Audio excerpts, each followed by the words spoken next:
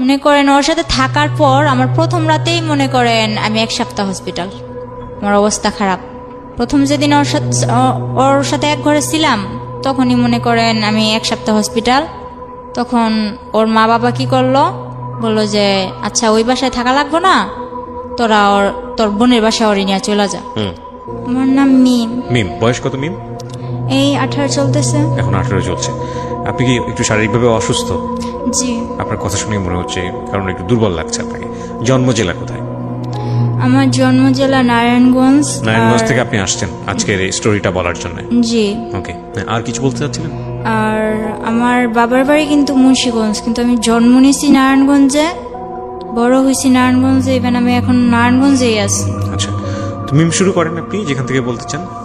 খুব অল্প বয়সে যতটুকু শুনছি, এখনো আম্মুর কাছে শুনি যে আমার জন্মের পর থেকেই আমার বাবা তত একটা খুশি না, আমার নিয়ে অনেক ঝামেলা করতো। তো আমার মা কষ্টসিদ্ধে আমার যখন 7 কি 8 বছর, এর মধ্যে আমার একটা ভাই হয়।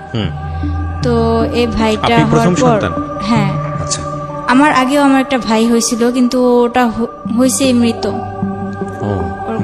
জি। কি করতো আপনার বাবা? আমার বাবা তখন আর কি আমার দাদার হোটেল ছিল, ওই হোটেলে থাকতো। আচ্ছা। আর এভাবে উনি গাড়ি চালাইতো। আচ্ছা আচ্ছা, ওকে। তো আমার বাবা যখন মনে করেন আমার বয়স 7, আর আমার ভাইয়ের বয়স এই ধরেন 2 কি 2.5 এরকম হবে, তখন আমার বাবা আমাদের ফালায় কি অন্য জায়গায় বিয়ে করে। আপনার বাবা? জি। আমার বাবা আমার মার অজান্তেই অন্য জায়গায় বিয়ে করে। যখন আমার মা জানতে পারে আর কি, তখন জিজ্ঞেস করে তুমি কি এটা করছো পরে। আর আমার মার বিয়ের পর থেকেই মনে করেন যখন আমি হইলাম, আমার ভাই হওয়া অবধি ঠিক ছিল, যখন আমি হইলাম এরপর থেকে আমার মারে মারধর। আচ্ছা। মারে তো অনেক মারধর করছে। এরপর এরকম করে সংসার চলতেছে। আমার ভাইয়ের যখন 2 থেকে 2.5 বছর বয়স, আমার ধরেন 7 বছর বয়স, তখন আমার মার পারতেছিল না। এর মধ্যে আবার শুনছে যে বিয়ে করছে। তো আমার মা তো থাকার আর কোনো প্রশ্নই আসে না। আমার মা আমারে আর আমার ভাইয়ের নিয়ে কিচ্ছু না বলে নানু বাড়ি চলে আসে। এরপর আব্বু মনে করেন বিচার টিচার ডাকাইছে যে ও চলে যাবে কেন, ওরে বলো যে না যাইতে। তো আমার মা বললো তুমি এরকম করছো, তুমি বিয়ে করছো, শাদী করছো, আমার তো এখন আর কোনো দরকার নাই। তারপর যাই হোক, মা গেছিল, আমাদের নিয়ে গেছিল বাবার বাড়িতে। যাওয়ার পর মারে আবার অনেক মারধর করতো। আর মারধর করতো, যতবার মারধর করতো আমার ভাইটার অনেক আদর করতো, কিন্তু আমার সামনে রেখে মারধর করতো। তো আমার ভাই যখন মনে করেন অনেক ছোট ছিল, তো আমার ভাইও তেমন একটা খানা দানা ঠিক মতো পাইতো না, আর আমার তো দেখতেই পারতো না আমার বাবা। তো আমার মা এসব সহ্য করতে না পারে আমার নানু বাসায় চলে আসে। নানু বাসায় চলে আসার পর ওই সময় আমার নানু অনেক গরিব ছিল, ওই ধানের মেলে কাজ করতো। আমার 2টা মামা আছে আর 3টা খালামুনি। তো আমার বড় খালামুনি অনেক আর কি জুয়া খেলে, এরকম হাজব্যান্ডের কাছে ওনার বিয়ে হয়েছিল। তো ওই খালু জুয়া খেলতো প্রায় সময়। আমার খালা এই বাসায় থাকতো, বেশিরভাগ নানু বাসায় থাকতো। আবার আমার মার কপালে এরকম হইলো। আর মেজো খালায়ও যদিও একটু আল্লাহ দিলে ভালো নামাজি কালামি ব্যক্তির কাছে বিয়ে হয়েছে, কিন্তু উনি বাবার বাড়ির কথা শুনতে পারতো না। তো উনি মোটামুটি শান্তিতে ছিল। তো আমার মা ভাবতো যে আমার বড় বোনটা এভাবে কয়েকদিন পর পর বাবার বাসায় এসব থাকে। আমার ভাই 2টা, একটা মই চাষ গেছে। আচ্ছা। আর মই চাষ গেছে আমার মার আমার মা যেমন কিছু আমার বাবার সংসারে থাকতে টুকিটাকি যেগুলা রাখতো ওগুলা জমাইতো বাবারে না জানায়া। তো ওইভাবে জমাইতে যেমন অনেকগুলা টাকা কইরা মামারে দিছে। তো মামা ওদিক থেকেও গেছে, মামা নিজেও কিছু জোগাড় করে গেছে। তারপর মনে করেন মামা মই চাষ, ছোট একটা খালা আছে, ছোট একটা মামা আছে, আর আমরা 2 ভাই বোন। এর মধ্যে বড় খালাও মনে করেন এই বাসায় থাকে, আমার মা ওই বাসায় থাকে। তারপর বড় খালার ঝামেলা শেষ করে বড় খালার বাসায় পাঠাই দিছে। আর আমার আম্মু বলতেছে, আমার আম্মু তখন কাঁথা সেলাইতো। আচ্ছা। কাঁথা সেলাই করে সংসার করতো, দর্জি কাজও জানতো, টুকটাক করতো। পাশের বাড়ি একজন বুদ্ধি দিল যে তুই বাইরে চলে যা। আপনার মাকে বুদ্ধি দিল? জি। তখন কি বাবার সঙ্গে থাকতো না আলাদা হয়ে গেছে? না, তখন তো আমার মা আলাদা ভাবে আইসা পড়ছে। আচ্ছা আচ্ছা, মানে আপনারা কি মার সঙ্গে থাকতেন না বাবার সঙ্গে? মার সঙ্গে থাকতেন দুই ভাই? হ্যাঁ, এর মধ্যে আবার অনেক কিছু হয়েছে কি, যখন আমার মা আইসা পড়ে তখন 3 মাস পর আমারে আবার নিয়ে যাওয়া হয় আমার বাবার বাসায়। হ্যাঁ, আমার ভাইটা দুধের বাচ্চা, আমার ভাইটারে নিতে পারে না। আচ্ছা। তো আমারে নিয়ে যায়, নিয়ে বলতেছে যে তুই বাবার সাথে থাকবি না তুই মার সাথে থাকবি। আপনাকে জিজ্ঞেস করেছে? হ্যাঁ, কিন্তু কোনো দিন এতটা আদর করে নাই। আমার দাদু বাড়ির সবাই আমারে যতটা আদর তখন আমারে করছে যে তুই আমাদের সাথে থাকবি, মানে আপনাকে রাখার জন্য মূলত। কিন্তু আমার রাখতে পারে নাই। মানে আপনি ডিসিশন দিয়েছেন আমি মার সঙ্গে থাকবো?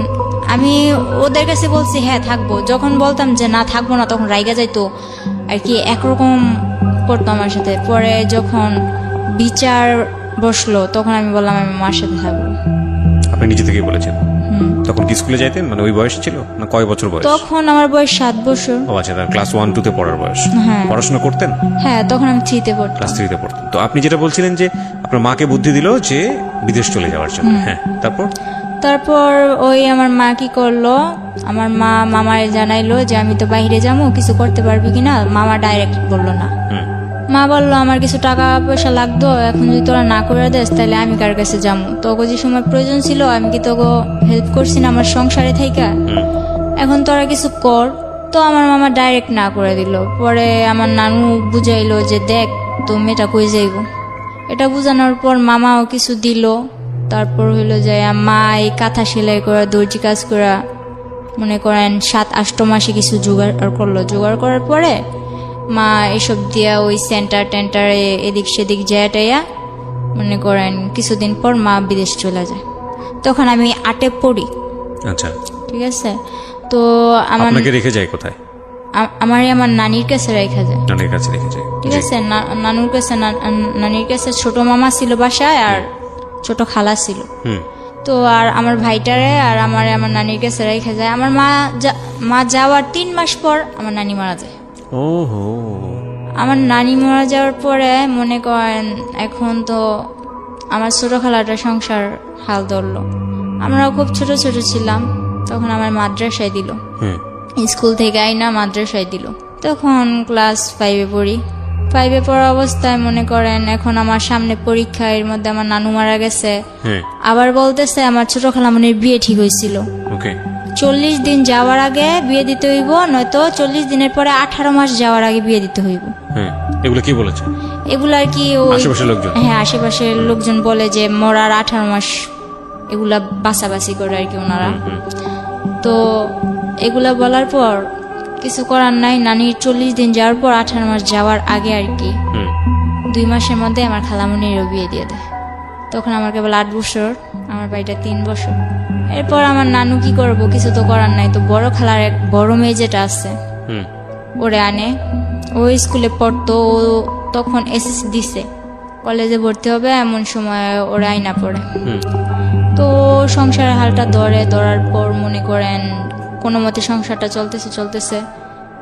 তো হঠাৎ করে আমার ওই বোন মনে করেন কিছুর থেকে কিছু হইলে আমাদের দুনো ভাই বোন, আমার ভাইটা যে বাচ্চা, আমার ভাইটা কিন্তু এখন শুকায় গেছে, কিন্তু ছোটবেলা এত কিউট ছিল। আমার ভাইটার দেখলে সবাই যে না দেখবো ও আদর করতে চাইবো, এরকম মোটা টোটা ছিল।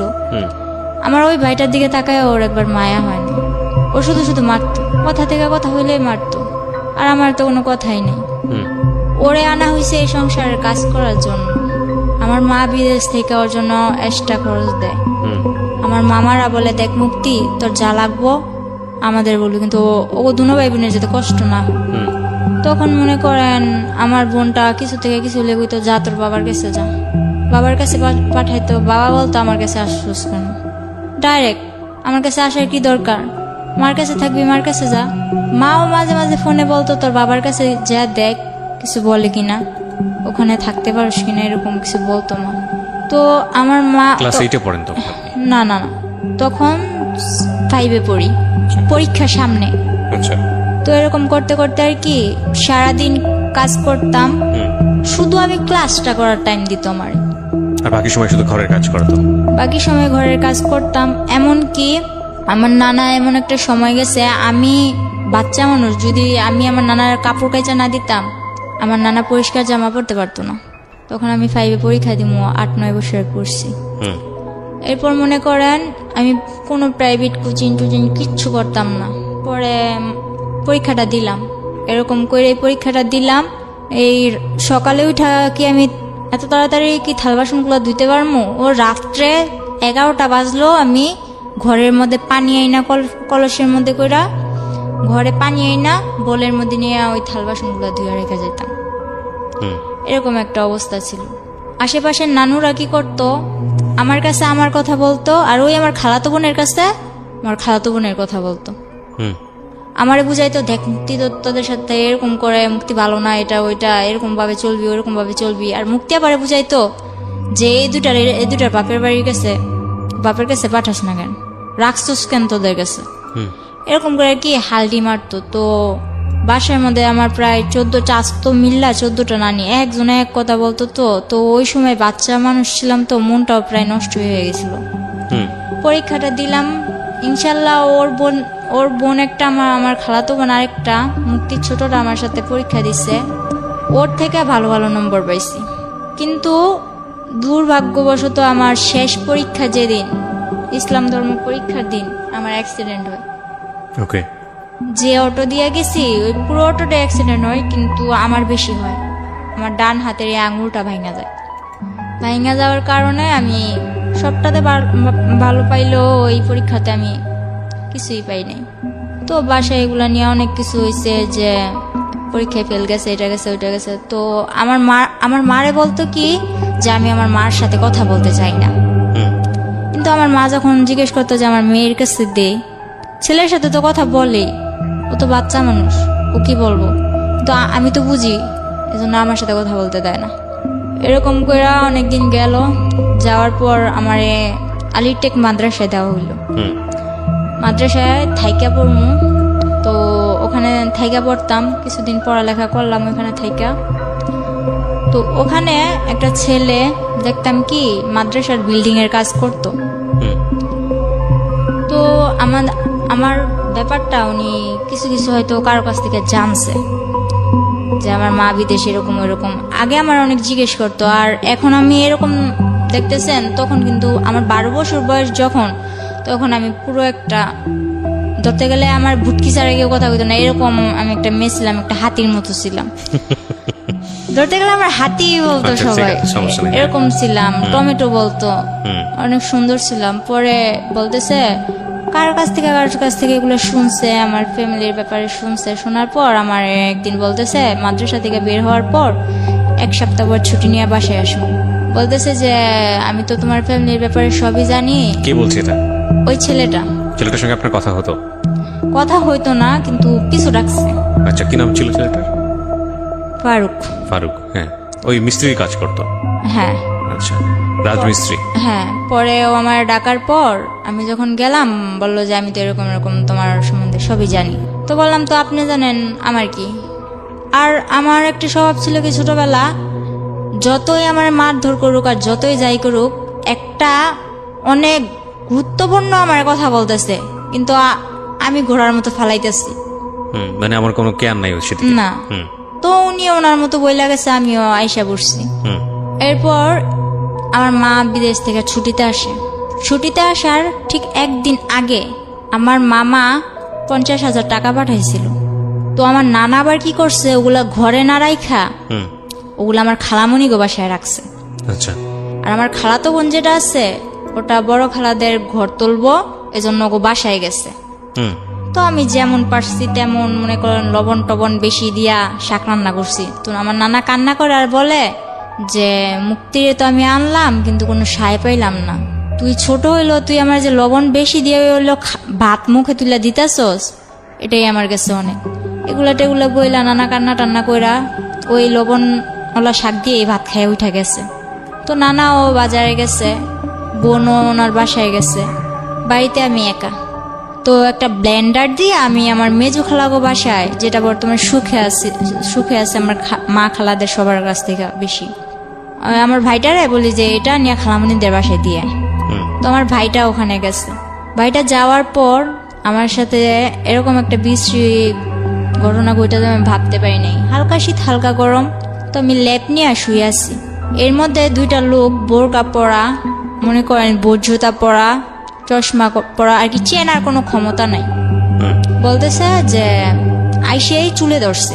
চুলে ধরা মাত্র যখন আমি চিৎকার দিমু তখন মনে করেন টিভির সাউন্ড পুরো 100। আর আমার এক নানা, পাশের ঘরের নানা, উনি ফুল সাউন্ড দিয়া বক্স বাজাইতেছে। আর আমাদের বাড়ির সবাই মনে করেন দাওয়াত খাইতে গেছে। তো এমন সময় আসছে ওই 50,000 টাকা ই করার জন্য। এখন আমার জিজ্ঞেস করতেছে চাবি কই। তো আমি বাচ্চা মানুষ, আমি কি করবো, আমার শুধু এতটুকুই কথা যে আপনারা কি মুখ দেখান, আপনারা কি। তখন আমি হাত দিয়ে অনেক কালাবালি করলাম যে আমি মুখটা দেখব, কিন্তু ওনারা কি করলো, বললো যে হাতটা বেশি নাচে, তুই তো এমনি নাচুনি। পাশের একজন বলতেছে গলা ডাবায় কথা গো, বুঝে নিব তো। এরকম বলার পরে আমি বলতেছি তোমরা কে, নিশ্চয় আমার চেনা কেউ, তোমার মুখ আমি দেখবো। বললো তোর হাত দুইটা বেশি নাচতেছে, হাত দুইটা বাইদা নিল। পরে পা দিয়া যখন আমি লাথি মারলাম, আমার মনে করেন থাপড়াইতে পুরো লাল বানাই লাইছে। পরে আমার টাইনা নিচে নামায়া পিছন দিকে এভাবে হাত দিয়া খাটের পায়ের সাথে আমার বাঁধছে। এখন পা দিয়া লাইতেছে দেখে বলে যে পাটা বেশি নড়ে, পাটাও বাঁচছে। শেষে বেশি রকম চিল্লাইতেছে দেখা বাড়িতে তো কেউ নাই, সুযোগ আরো ভালো পাইছে, আমার মুখটাও বাঁচছে। বাঁধার পর মনে করেন কিছুদিন আগে নানা নতুন ফ্রিজ কিনছে, ফ্রিজটার মধ্যে একটা দাম করে লাথি মেরে বললো কি যে সুখ বেশি হয়ে গেছে, ফ্রিজও আনছে ঘরে। এটা বইলা ড্রয়ারটা ভাঙছে, কিছু পায় নাই। না পাওয়ার ফলে আমার 2-3টা লাথি মাইরা আমার পায়ে নুপুর ছিল, ওই নুপুরগুলা নেয় নাই, কিন্তু কানে যে দুলগুলা ছিল ওগুলা নিয়ে গেছে। কিছুদিন আগে আমার মা পাঠাইছে। তো এরকম করে নিয়ে যাওয়ার পর আমার মা আসার একদিন আগের ঘটনা এটা। পরে মনে করেন ওনারা চলে যাওয়ার পর অনেক কান্দা, ওনারাও দরজা দিয়ে বের হয়েছে, পিছনের দরজা দিয়ে বের হয়েছে, সামনের দরজা দিয়ে আমার এক আত্মীয় আমার দেখা চিৎকার দিয়ে আমার খুলছে। তো পুরা গ্রাম একটা হস্তনস্ত বিষয় হয়ে গেছে। পরে আমার মা আসলো, মা আসার পর মা একদিন পর আসলো, আমি অসুস্থ, আমার মারতে মারতে প্রায় অসুস্থ বানাই ফেলছে একেবারে। মা আসার পর এখন প্রশ্ন দাঁড়াইছে একটা, আমার কানের দুলগুলা নিল কিন্তু নুপুরগুলা নিল না কেন? এটা সবই আমার একটা নাটক। আচ্ছা, মা বলতেছে আপনার এটা সম্পূর্ণ নাটক? না, মা না। তাহলে মার কাছে বাড়ির সবাই বলতেছে, ওই আমার খালাতো বোন বলতেছে যে ওর এটা সম্পূর্ণ নাটক, আমি আমার বাসায় গেছি এই কারণে ওই নাটকটা করছে। ওর বাসায় গেছে ওদের ঘর তুলবে জন্য, আমি কেন নাটক করতে যাব? এরপর মনে করতেছেন, তাহলে আমি বললাম যে আচ্ছা আমি যদি নাটকই করি, আমি আমার মুখ বাঁধতে পারবো, আমার পা বাঁধতে পারবো, কিন্তু আমার হাতটা বাঁধবো ওই গ্রামে। হাতটা যে পিছনে নিয়ে এইভাবে বাঁধছে ওটা তো আমার দ্বারা সম্ভব না। পরে বলতেছে তোর ভাইয়েরই দিয়া করাইছিস। তো আমার ভাই তো না না না, আমি এই কাজ করি নাই, আমি কেন করবো, আমি তো খালামুনিকে বাসায় ছিলাম। এখন আমার মা আসছে, আমার মার সামনে তো আমার মারতেও পারে না, কিছু করতেও পারে না, খালি চোখ রাঙায়। তো মা কিছুটা অনেকটা না বুঝতে পারলো, কিছুটা অন্তত বুঝতে পারছে। মা বললো যে মুক্তি কি হয়েছে, তুই এরকম করতেছিস কেন? কয় না কিছু হয় নাই। পরে বললো যে খালামুনি আমার জন্য আনছো কি, তোমার তো আমি চেন আনতে বলছি। তো আমার মা তেমন কিছু আনতে পারে নাই। ওই মুক্তি আপার আম্মু যেটা আমার বড় খালামুনি, ওনারই মাথায় পানি জমছে। তো ওখানে আমার মা 40,000 টাকা দিয়া দিছে। এরকম করতে করতে ওই আমার খালাতো বোনের চেনটা দিয়া দিল, তা তো ওনার মন বললো না। এরপর মনে করেন আমার মামা বিদেশ থেকে আসলো। মামা বিদেশ থেকে আসার পর বিয়ে করানোর জন্য আমার মা আর কি অনেক কিছু করলো, যে ভাই বিদেশ থেকে আসছে, ভাইয়ের বিদেশ আর পাঠামো না, বিয়ে করাই দিব। তো মামা বলতেছে আমি বিয়ের পর বিদেশ যাবো। পর বলতেছে আচ্ছা ঠিক আছে তুই বিয়ে কর। তো আমার নানুদের পছন্দ দিয়ে আমার মামার বিয়েটা করানো হয়। বিয়ের 4 দিন পর, ঠিক 4 দিন পর আমার মামা আমার জন্য যে চেন আনছে, মোবাইল আনছে, মোবাইলটা তো আমার হাতে দেয় নাই, বলছে এটা তোর জন্য আনছি। ওই চেনটা আমার কাছে চাইলো যে মামা তোর চেনটা দিত। বিয়ের 5 দিনের দিন আমার মামি আইসা এরকম করে চেনটা দেখায় যে দেখ, এই দেখো তোমার মামা আমার কয়টা চেন দিছে। তো এটা বলার পর আমি অনেক কষ্ট পাইছি, মারে কিছু বলি নাই, তো মা লক্ষ্য করছে। আর বিয়ের 5 দিন হয়েছে মাত্র, কিন্তু আমার মামি করতো কি, আমার মার নামে যেটা হয়েছে ওইটাও আমার মামার কাছে বলতো, যেটা না হয়েছে ওইটাও আমার মামার কাছে বলতো। তো বিয়ের 1 সপ্তাহ হয়েছে, 7 দিন, 7 দিনের দিন আমার মা বলল যে তুই তো চলে যাবি, তো আমি যে তোরে, আমার মা বাইরে থাকা অবস্থায় আমার মামারে 12 লাখ টাকা দিছিল। ওই আমার মামা আর কি আফ্রিকা যাওয়ার পথে মনে করেন দালালেরা বিক্রি করে দিছিল। তো টাকাগুলা দেওয়ার পর আমার মা বলতেছে যে ওগুলার কি করবি। তো এগুলা নিয়ে ওনাদের ভাই বোনেদের মধ্যে কি কথা কাটাকাটি হয়েছে আমি জানি না। আমার মারে অনেক মারলো। তখন সন্ধে মারতে মারতে আমার মার ভিতরে শুধু সেমিস্টার ছিল। আপনার ভাই মানে আপনার মামা? আমার মামা, আমার মা ছোট। ঠিক আছে, তখন যখন আমার মার এই অবস্থা করছে, বাহিরে কিন্তু অনেক লোক, চেনা অচেনা অনেক লোক। আমি যখন আমার ওন্নাটা আমার মার গায়ে দেই, তখন আমার মামা আমার দিকেও আকর্ষণ করে, হাত বাড়ায়। তখন আমার মা বলে যে দেখ তুই আমার যা যা করছস, আমার মেয়েটারে কিছু করিস না। এটা বলার পর আমার মামা একটা ইস্যু ধরলো কি, যে তোর মেয়ে তো ছেলেদের সাথে লাইন করে। তখন আমি বুঝতাম না কোনটা লাইন করা বলে আর কোনটা ফাইন করা বলে, এত কিছু বুঝতাম না। ছেলেদের বিষয়টা তখন আমার মাথায় ছিলই না। ওই কার থেকে শুনছে যে ওদিকের ফারুকের সাথে আমি কথা বলি, এতটুকুই। এরকম করে বলার পর আমার মা রাগের মাথায় হয়তো তোর যখন কেউ সেফ ফেলাইব না তো তুই দেখাই দি। আপনাকে বললো? এই কথাটা আমার মা বলছিল, কিন্তু এখন আমার মা বলতেছে যে আমি এরকম কিছু বলিনি। যাই হোক, আপনাকে এটা বলার পর আপনি কি করলেন? পরে আমার মনে একটাই জিদ কাজ করতেছিল যে আমার মা আমার এটা বলছে, আমার মামা আমার মারে মারলো, কেন মারলো, এই যেটাই কাজ করতেছিল। তো একদিন ওই ফারুক কার থেকে জানি নাম্বার নিয়ে আমার মার মোবাইলে ফোন দিল। ফোন দেওয়ার পরে ফোনটা আমি রিসিভ করলাম। বলে কি করতেছো? আমি চকলেট খেতেছি। আমার কথা উড়া উড়া, চকলেট খেতেছি। পরে বলতেছে যে তুমি তো মাদ্রাসায় আসো না, কি ব্যাপার? পরে আমি বলতেছি যে আসি না আসি ওটা আমার ব্যাপার। পরে যখন আমার মা চিল্লাচিল্লি করতেছে, মা কান্নাকাটি করতেছে, এটা দেখে বলতেছে আসো চলো আমরা একদিন ঘুরতে যাই। তো আমি তোর লগে কই ঘুরতে যাবো? তুই কি আমার বিয়ে করবি? তুই কি আমার বিয়ে করবি যে তোর সাথে আমি ঘুরতে যাবো? উনি কি তুই করে করতেন নাকি ঘটনার পরে তুই করলেন? তুই করেই বলতেন? না, ওরা আমি তুই করে বলতাম। আচ্ছা, তারপর? পরে বলতেছে হ্যাঁ তোমার আমি বিয়ে করবো। তো আমি বললাম আচ্ছা ঠিক আছে রাখ, এতটুকুই। তো ও এই কথাটা মনের ভিতর গাইথা নিছে যে তুই কি আমার বিয়ে করবি। তো আমি কিন্তু এত কিছু মনে করিনি।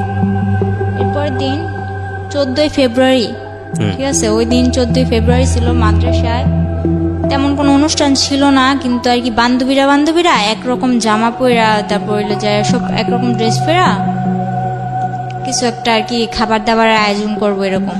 তো 14ই ফেব্রুয়ারির দিন আমি বাসা থেকে বের হই।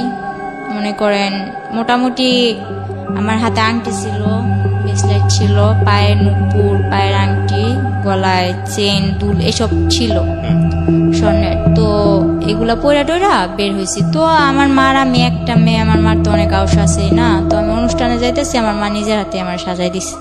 তো যাওয়ার সময় আমি আমার মার কাছে টাকা চাই। আমার মা বলে যে টাকা নাই। আমি আমার মার আবার মামা মারার পর দাঁত ব্যথা হয়ে গেছিল, বলতেছে 500 টাকা আছে, এই টাকাটা নিয়ে আমি যাম, ডাক্তার কাছে যাম। তো আমি বললাম আমি এটা নিয়ে যাম। মা বললো না। তো আমি বলতেছি আমি এটা নিয়েই যাম। মা বলতেছে না, এটা বললাম মা মাঠে গেছে। তো মাঠে যাওয়ার পর আমি ওই টাকাটা নিয়ে মাদ্রাসায় যাই। মাদ্রাসায় যাওয়ার পর ওখানে তেমন কিছু হয় নাই। মাদ্রাসায় যাওয়ার পথে ওই ফারুক বলতেছে কি হলো তোমার গাল টাল এরকম লাল কেন? পরে বলতেছে গাল টাল লাল কেন? এর আগের দিন আবার মার সাথে ঝগড়া লেগে আমার খালামুনি আমার 2-3টা থাপ্পড় দিছিল। কোন ক্লাসে পড়তেন তখন আপনি যখন এগুলো? তখন আমি 6-এ। এত অল্প বয়সে? আচ্ছা, 6-এ। পরে মনে করেন 7-এ প্রায় উঠমু। তখন ও কি করলো, ফেব্রুয়ারি দিকে ও বললো যে চলো কই তোমার ডাক্তার কাছে নিয়ে যাম। তো আমি বললাম ডাক্তার কাছে যাবো। তখন ওই সময় আবার আমার মা মনে করেন, তখন আমার মা দেশে ছিল কিন্তু বাইরে যাওয়ার উদ্দেশ্যে। তো আমার মা বলতেছে যে আমি তো চলে যাবো, তুই তাড়াতাড়ি চলে আসিস। তো বলতেছে যে চলো। তো আমি বললাম যে কই যাবো? কই ডাক্তার কাছে। তো আমার একটা অভ্যাস ছিল কি ছোট থেকে, আপনি আমি চিনি না জানি না, আপনি যদি বলেন যে আয় ঘুরতে যাবো, ঠিক আছে আমি ঘুরতে যাবো, আপনি যেই হন ঘুরতে তো নিয়ে যাবেন। পরে মনে করেন এরকম করতে করতে ও 2-3 বার বলার পর ওই 14ই ফেব্রুয়ারির দিনই ও আমারে বলল যে তুমি আসো। তো আসতে বললো, এরপর আমার কিচ্ছু মনে নাই। ও নাকি ও আমার নিয়ে যাওয়ার পর আর কি বলছে যে আমার ডাক্তারের কথা বলে ও নিছে, কিভাবে নিছে, কোত্থেকে নিছে এটাও আমার মনে নেই। ও আমার নিছে যখন আমি গাড়িতে, তখন আমি ওরে বলতেছি যে কিরে তুই আমার কই আনছস, আমি এখানে কেন? তো গাড়ির মধ্যে আমি অনেক বড় একটা চিল্লাচিল্লি আর কি মানুষ জড়ো করে নিছি। তখন আমি কক্সবাজারের ওদিকে আমার নিয়ে চলে গেছে, কক্সবাজার অব্দি, কিন্তু আমার হুঁশ নেই।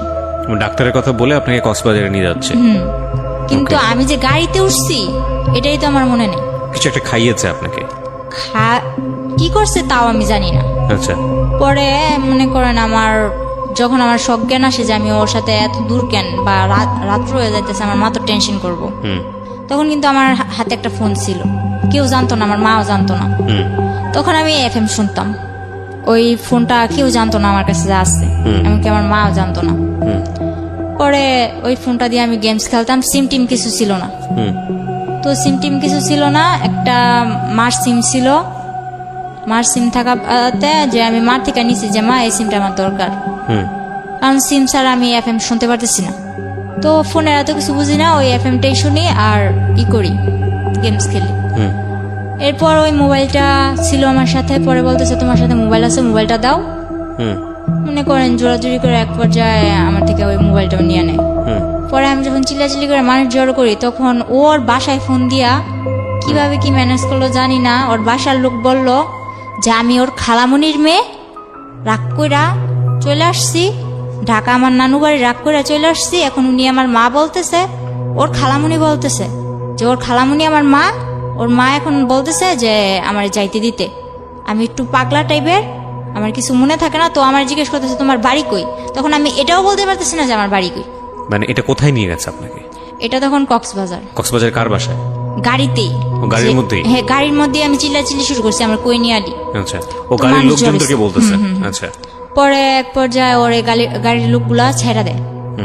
ছেড়ে দেওয়ার পর চকরিয়া ওর খালাতো ভাই রুবেল ওর বাসায় নিয়ে মনে করেন আমার 2 ঘন্টাও রাখতে পারে না, আমার পাগলামানি দেখে গিয়ে আমি বাসায় যাবো, আমি বাসায় ফোন করবো।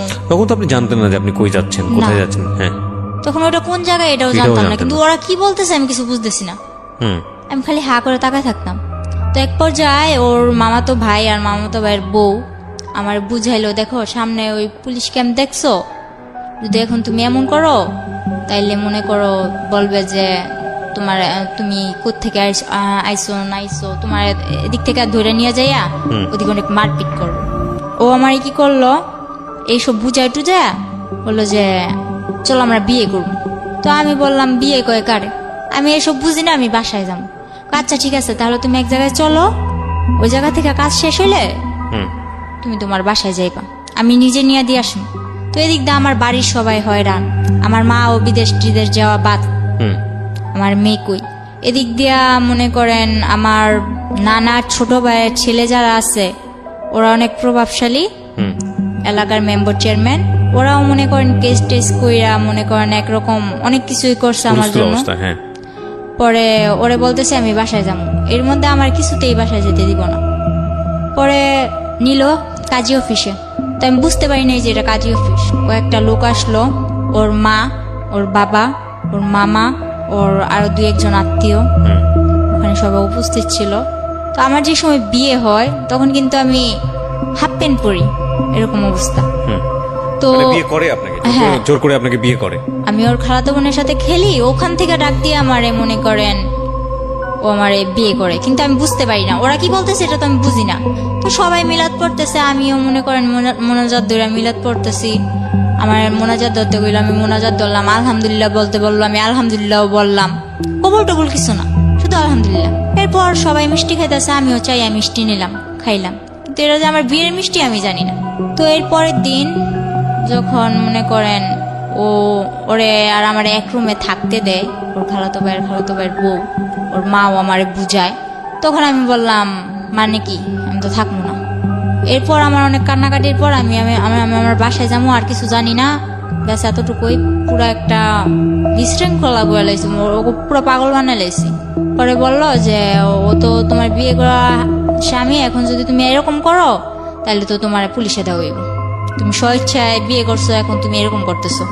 তো আমি বললাম আচ্ছা, আমি যতটুকু জানি বিয়ে করতে আমার বাবার নাম লাগবো, মার নাম লাগবো, এগুলো কোথায় পারলি? আমার তো বিয়ে করছোস, কিন্তু এগুলো কোথায় পাইলি? পরে দেখলাম কি একটা ভুয়া। তখন আমার বয়স কেবল 12, অথচ আমার বয়স দিছে 22-এর উপরে। একটা জন্ম নিবন্ধনের কার্ড বানাইছে, গ্রামের নাম ও যেমন আমার গ্রামের নাম কুলকেতচর, কিন্তু ওখানে কুলকেতচর, আলিটেক এরকম করে আর কি অনেক ভুল। একটা জন্ম নিবন্ধনের কাগজ বানায়া কাবিন টাবিন কইরা 3 লাখ টাকা কাবিনে আমার বিয়ে করছে। 5 লাখ টাকা কাবিন, 3 লাখ টাকা উসুল, 2 লাখ টাকা বুকে, এরকম ভাবে আমার বিয়ে করছে। বিয়ে করার পর আমি বললাম এসব তো আমি মানি না। পরে আমারে মনে করেন অনেক বুঝায় টুজায়া বললো যে কি করবা। তারপর বললো আচ্ছা তুমি ওর সাথে থাকো, থাকার পর কয়েকদিন পর তোমরা আবার তোমাকে বাসায় চলে যাবে। আচ্ছা ঠিক আছে, ওর সাথে থাকলাম। মনে করেন ওর সাথে থাকার পর আমার প্রথম রাতেই মনে করেন আমি 1 সপ্তাহ হসপিটাল, আমার অবস্থা খারাপ। প্রথম যেদিন ওর সাথে এক ঘরে ছিলাম তখনই মনে করেন আমি 1 সপ্তাহ হসপিটাল। তখন ওর মা বাবা কি করলো, বললো যে আচ্ছা ওই বাসায় থাকা লাগবো না, তোরা তোর বোনের বাসা ওর নিয়ে চলে যা। তো আমার ননাসের বাসাটা পাহাড় অঞ্চলে ছিল, ওখানে ছিলাম। থাকার পর ওখানেও কয়েকদিন থাকার পর আমার শ্বশুর বললো ঠিক আছে এবার আমি গ্রামের কিছু মানুষ জানাইয়া বউরে ঘরে তুলে নিয়ে আসি। তো এগুলা করার পর গ্রামের কেউ মানে না, যে ও না জানায় বিয়ে করছে, বউ ঘর তুলতে পারবো না, এটা ওইটা। তো আমার শ্বশুর কেউ না জানাই আমার ঘরে তোলে, কেউ জানে না। পরে এক পর্যায়ে যখন আমার ঘরে তোলার পরে আর এখন আমার শাশুড়িও মানতে পারে না, আমার ননদ যেটা, আমার 7টা ননাস, 5টা ননাস, 2টা ননদ, 1টা ভাসুর। তো এরপর মনে করেন ওরা আমার মানে না। যখন ওরা কেউ না মানে তখন আমার শ্বশুর আর ও আমার অনেক সাপোর্ট করে। তো আমার বিয়ের 19 দিনের দিন ও আমার ফোন করতে দিছে আমার বাসায়। যখন আমি ফোন করছি তখন আমি দুনিয়া পেয়ে লেছি, এই বুঝি আমার নিয়ে যাইবে। তো আমি ফোন করার পর যে ঠিকানা দেই, ওই ঠিকানা দেওয়ার পরে মনে করেন ওরা আমার ওই জায়গা থেকে আবার অন্য জায়গায় সরায় নেয়। ওরা অন্য জায়গায় ঠিকানা দিলে আবার ওই জায়গা থেকে আবার আরেক জায়গায় সরায় নেয়, এই অবস্থা। তো আমার বাড়ির লোক ওই চট্টগ্রাম পুরা ভাইজা খাইছে আমার জন্য, কিন্তু কিছু আমার খুঁজে পায় নাই। পরে এক পর্যায়ে আমার বাড়ির লোক বলতেছে তুই তো মিথ্যা কথা বলস, তুই তো মিথ্যা বলছস, তুই চট্টগ্রাম নাই, তুই অন্য জায়গায় আসছস। পরে আমার বাড়ির লোকের আর বুঝাইতে পারলাম না, সবাই এক পর্যায়ে। আর আমার গ্রাম এমনকি আমার মাও জানে যে আমি প্রেম কইরা লাইন কইরা চলে গেছি। ওই যে ঝগড়া হয়েছে, মামা এই কথা বলছে, ওই মামার কথা ধরে আমি প্রেম করছি, প্রেম করে চলে গেছি। সবাই যখন জানে আমি প্রেম করে চলে গেছি, সবাই আমার কথা এই কথাটা বলে, তো মাইনা নিলাম আচ্ছা যাও, আমি প্রেম করে বিয়ে করছি, এখন কি করবো বলো। পরে এর মধ্যে জানি যে বুঝতে পারলাম আর কি আমার শরীরটা বেশি একটা ভালো না, কিছু খেয়ে পেটে রাখতে পারি না, আর মাথাও ঠিক মতো উঠাইতে পারি না। তো পরে শুনলাম যে আমি প্রেগনেন্ট। তখন তো মনে করেন আমার উপর আসমান জমিন কিভাবে ভাঙ্গা পড়ে, এরকম একটা অবস্থা। এরপরে ওরে বললাম, ওরে বলার পর ওর মা আর ওদের বাসায় নিয়ে চালের বস্তার উপরে ফেলায় আমার মায়ের এই বাচ্চা নষ্টই করতে হইব, নষ্ট করতে হইব মানে নষ্ট করতে হইব। আমার এক বান্ধবী বলল, ওর সাথে আমি ফোনে যোগাযোগ করলাম। কত বয়স ছিল তখন বাচ্চাটার? তখন আমার বয়স ছিল, বাচ্চাটার বয়স 2 মাস। তারপর পরে মনে করেন আমার বান্ধবী বলল যে বাচ্চাটা নষ্ট করিস না, সবকিছু দায় দিতে পারবি আল্লাহর কাছে। ফারুক তখন কি করতো? তখন ও হোটেল চালাইতো। ইন দ্য মিন টাইম কি আপনার বাড়ির সঙ্গে যোগাযোগ হয়েছে, কথাবার্তা হয়েছে? হ্যাঁ হয়েছে। মেনে নিয়েছে বাড়ি থেকে? আমার বাড়ি থেকে তো কেউ মাইনা নেয় না। আমার বাড়িতে কোন ক্লাসে পড়তেন তখন আপনি? তখন আমি ক্লাস 7-এ। ওকে। ফারুকের সাথে আপনার বয়সের পার্থক্য কত ছিল? ওর আমার যখন 12 থেকে 13, ওর তখন 20। বাচ্চা নষ্ট করার প্রসঙ্গে আসছিল। তারপর অনেক মারধর করলো। তখন আমার বান্ধবীর কথা শুনে আমি বাচ্চাটা নষ্ট করলাম না। তো বাচ্চাটা নষ্ট করলাম না ঠিকই, কিন্তু বাচ্চাটা নিলে যে আমার কি হইব ওইটা তো মাথায় আসে না। শুধু ওই যে বলছে যে এটা আল্লাহর কাছে দায় দিতে পারবি না, এটা বলার পর আমি নষ্ট করলাম না। আমার মারে ফোন দিয়ে বললাম, মা আমার এসে নিয়ে যাও, তখন যখন আমি বাচ্চা নষ্ট করতে না চাইলাম তখন বলতেছে ওরা, আচ্ছা ঠিক আছে আপনাদের মেয়ে আপনারা এসে নিয়ে যান। এটা বলার পর আমার মা আর আমার আপন মামা যারা, তারা এখন কি করছে, এই যে বললো যে আমি প্রেম করে ভাইগা এসে বসছি, এজন্য আমার মারে ঘর থেকে মাইরা তারাই দিছে, আবার মারছে। আমি চলে যাওয়ার পর আবার মারছে, মাইরা আমার মারে ঘর থেকে বের করে দিছে। তো বাড়ির পাশে আমার এক চাচাতো নানা ছিল, আমার নানার ফুফাতো ভাই আর কি। তো ওই নানা আমার মারে জায়গা দেয়, জায়গা দেওয়ার পর ওনাদের ঘরে আমার মা থাইকা, এর মধ্যে আমার মা কি করলো, 4 লাখ টাকা দিয়ে একটা জায়গা কিনলো। তো জায়গাটা কিনছে ওই আমারই মামা লাগে মেম্বার, ওনার থেকেই জায়গাটা কিনছে। কেনার পর আমার মা ওদিকে ঘর দুয়ার তোলার ব্যবস্থা করতেছে। এর মধ্যে আমার আব্বু আবার আস্তে আস্তে আসার চেষ্টা করতেছে, আস্তে আস্তে আসার চেষ্টা করতেছে। পর মনে করেন আমার আব্বু প্রায় বলতেছে যে মেয়ে চলে গেছে, আমি আসি, এটা ওইটা। তো আমার মা বলতেছে না লাগবে না। আর মা যখন এটা বললো তখন বললা, আচ্ছা ঠিক আছে লাগবে না, তো আমার যাতে আর দরকার না পড়ে। তখন বললো আচ্ছা ঠিক আছে, তোমার দরকার না পড়লে নাই, তুমি আইসো না। পরে আমার মামা মনে করেন মারে মারধর করে বাইরে করে দেওয়ার পরে মা ওই মামাদের ওই নানাদের বাসায় উঠা জায়গা কিনলো, ঘর দুয়ার তুলতেছে। ঘর যখন উঠাবে এখনো ঘরের কিছুই করে নাই, শুধু চালটা দিছে। ওই সময় আমি ফোন দিয়ে বলতেছি আমার এসে নিয়ে যাও। তখন আমার নিয়ে আসে, নিয়ে আসার পর বলতেছে যে ওখানে যাইয়া আমার শ্বশুর শাশুড়ি বললো যে আমার মেয়ের যে স্বর্ণ গয়নাগুলো পরানো ছিল ওগুলা কই। তখন ওগুলা তো সম্ভবত আমার শাশুড়ি নিচ্ছে। তো আমার শাশুড়ি নিচ্ছে, আমি বললাম যে আমার শাশুড়ির কাছে। তো আমার শাশুড়ি বললো কই, আমার কাছে এগুলো কিছুই দেয়নি। মা আমার নিয়ে এসে পরে, মা নিয়ে এসে ওই রাইতে আমার বলতেছে, যখন বুঝতে পারলো যে আমার কিছু একটা অন্যরকম, তখন বলল তুই বাচ্চাটা নষ্ট করে ফেল। বললাম যে আমার যে বাবু হইব তুমি জানলা কি করে?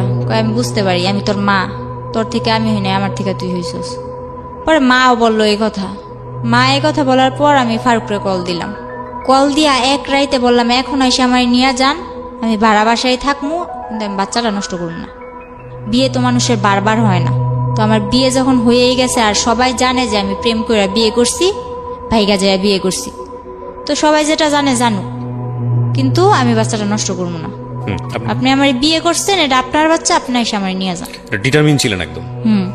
তো তখন আমার বয়স অল্প ছিল। আমার মা কি করলো, যেদিন ফারুক আসলো এর পরের দিনই কিন্তু ফারুক চট্টগ্রাম থেকে রওনা দিছে। আসার পর আমার নিতে আসছে ওর এক বন্ধুরে নিয়ে। নিতে আসার পর মা কি করলো, কিছু আয়োজন করে ওরাও খাওয়াইলো, বললো যে তুমি চলে যাও, আমার মেয়ে তো দিব না। তখন আমি বললাম যে আমি চলে যাম। তখন মা কি করলো, বাচ্চাটা নষ্ট করার জন্য আমারে পিল খাওয়াইলো। আমার গরম পানি করে খাওয়াইতে চাইছে অনেক জোরাজুরি করে, তো আমি গরম পানি করে খাই নাই। তারপর যখন এক পর্যায়ে আমার সাথে ধস্তাধস্তি করতেছে, পরে বললাম আচ্ছা খাবো, কিন্তু আমার ঠান্ডা পানি দিয়ে খাও। কিন্তু তখন আমি জানতাম না গরম পানি দেখালে কি হয়, ঠান্ডা পানি দেখালে কি হয়। কিন্তু আমি গরম পানি খামো না, তো আমার ঠান্ডা পানি দেখাও। ঠান্ডা পানি দিয়ে খাওয়াইলো, কিছু হইল না। তো ওই রাতটা থেকে পরের রাত্রে আমরা আবার বাসে উঠলাম, শ্বশুর বাড়িতে যাই হোক শ্বশুর বাড়িতেই থাকবো। তো গেলাম, যাওয়ার পর ওখানে মনে করেন 3-4 মাস ভালোই কাটলো। কিন্তু আমার শ্বশুর বাড়িতে আমি ছোট অক্ষে সংসারের হাল ধরেন সবটাই ধরছি। সারাক্ষণ গরুর গোয়ালে পড়ে আছি, 4-5টা গরু পালতেছি, মুরগি তো মনে করেন খোয়ার ভর্তি মুরগি, হাঁস, গরু, ছাগল সবকিছু করতেছি। তো এর মধ্যে করলো কি, আমি বললাম যে আমি পড়বো, আমি পড়ালেখা করতে চাই। এই কথাটা আজ পর্যন্ত কেউ জানে না, এই যে আজকে আমি বললাম। আমার মা হয়তো শুনতেছে, আমার মাও জানে না। ও আমার এই স্কুলেও ভর্তি করাইছে, ঠিক আছে, ওর বোনের সাথে আমার স্কুলেও ভর্তি করাইছে। তো স্কুলে ভর্তি করানোর পর ওখানে আমি ঠিকমতো ক্লাস করতে যাইতে পারতাম না, যেহেতু আমার বাড়িতে সংসারে কাজ করা লাগতো। আমি রান্না বান্না করতাম, রান্না বান্না করে গরুর কাজ করতাম, সংসারের যাবতীয় যা কাজ করে যদি সময় পাইতাম তাইলে আমি ক্লাস করতে যাইতে পারতাম। তো ওই সুখটা আমার কপালে বেশি দিন সয় নাই। মনে করেন কিছুদিন পর এই কাজ নিয়ে একটা ঝগড়া হইলো আমার ননদের মধ্যে। আর আমার ননদ অনেক ছেলেদের সাথে মনে করেন ফোনে কথা বলতো, আবার ফেসবুক এসব চালাইতো। তো ছেলেদের সাথে ওর অনেক ঘনিষ্ঠতা ছিল। পরে ও দোষ করতো, কিন্তু দোষগুলো আমার উপরে চাপাই দিত। আমার হাতে মোবাইল দিছিল তখন, ফারুক আমার হাতে একটা মোবাইল দিছে, ও বাইরে থাকলে আমার ফোন টোন দিত। তো কিন্তু আমি মোবাইলের কিছু বুঝতাম না। তো আমি বললাম কি যে তুমি যে আমার দোষটা পাও, তুমি পাইছো কি? যখন আমি একটু কড়া ভাবে আমার ননদের আমি ধরলাম, তখন আমার ননদ আমার মারলো। ননদ আর শাশুড়ি মিলে দুইজনই মারলো। এদিক দিয়ে আমি কিছু খাইতে লইতে পারি না, শুকায় কাট হয়ে যাইতেছি। আমার তখন 5-6 মাস হয়ে গেছে, বাবু হবে কাছে আইছে ডেট। এর মধ্যে ওরা মানে মারধর করে আর কি, সহ্য করতে পারছিলাম না। পরে এর মধ্যে আমার ফুফাতো বোন যেটা আছে, এটা আমার জামাইয়ের সাথে মনে করেন যোগাযোগ করা শুরু করলো। আমার ফুফাতো বোন, আমার বাবার সাথে আমাদের কোনো পরিচয় নাই, কিন্তু আমার ফুফাতো বোন যোগাযোগ করে। পরে কি করলাম, মারে বললাম মা আমি বাসায় চলে যাব। পরে ফারুক আইসা আমার যে সময় আমার 4 মাস শেষ, 5 মাসে পড়বো, এমন সময় ফারুকে আবার আমার বাসায় দিয়া যায়। এই দিয়া যাওয়াই যাওয়া, আর কোনো খবর পাত্তা কিচ্ছু নাই। আমার বাবু হওয়া অবধি, আমি আমার বাবু হওয়ার 3 মাস পর শ্বশুর বাড়ি গেছি, এ অবধি না 2 টাকা খরচ, না আমারে কেউ দেখতে আসা, না কোনো কিছু। মা তো মনে করেন একদম আমারে একটার পর একটা খুঁটা দিয়েই যাইতেছে। সবাই দেয়, প্রেম করে বিয়ে করছো, এখন কি লেগে এরকম হেলা করবো? তো প্রেম করে বিয়ে করছি না কি করে বিয়ে করছি, ওটা তো তোমরা কইলেও বিশ্বাস করতেছো না। তো যা কর ওনারা ওনাকে মতো কয়া যায়, আমিও আমার মতো শুনি। তো ফারুকরে বললাম যে এবার কি করবা, আমার তো তোমরা কেউ দেখতে আসো না, আমি কি করবো বলো, আমি কি জবাব দিব? তো এক পর্যায়ে ও বললো যে তোমার কিছু জবাব দেওয়া লাগবো না বাবু, আমি আসবো।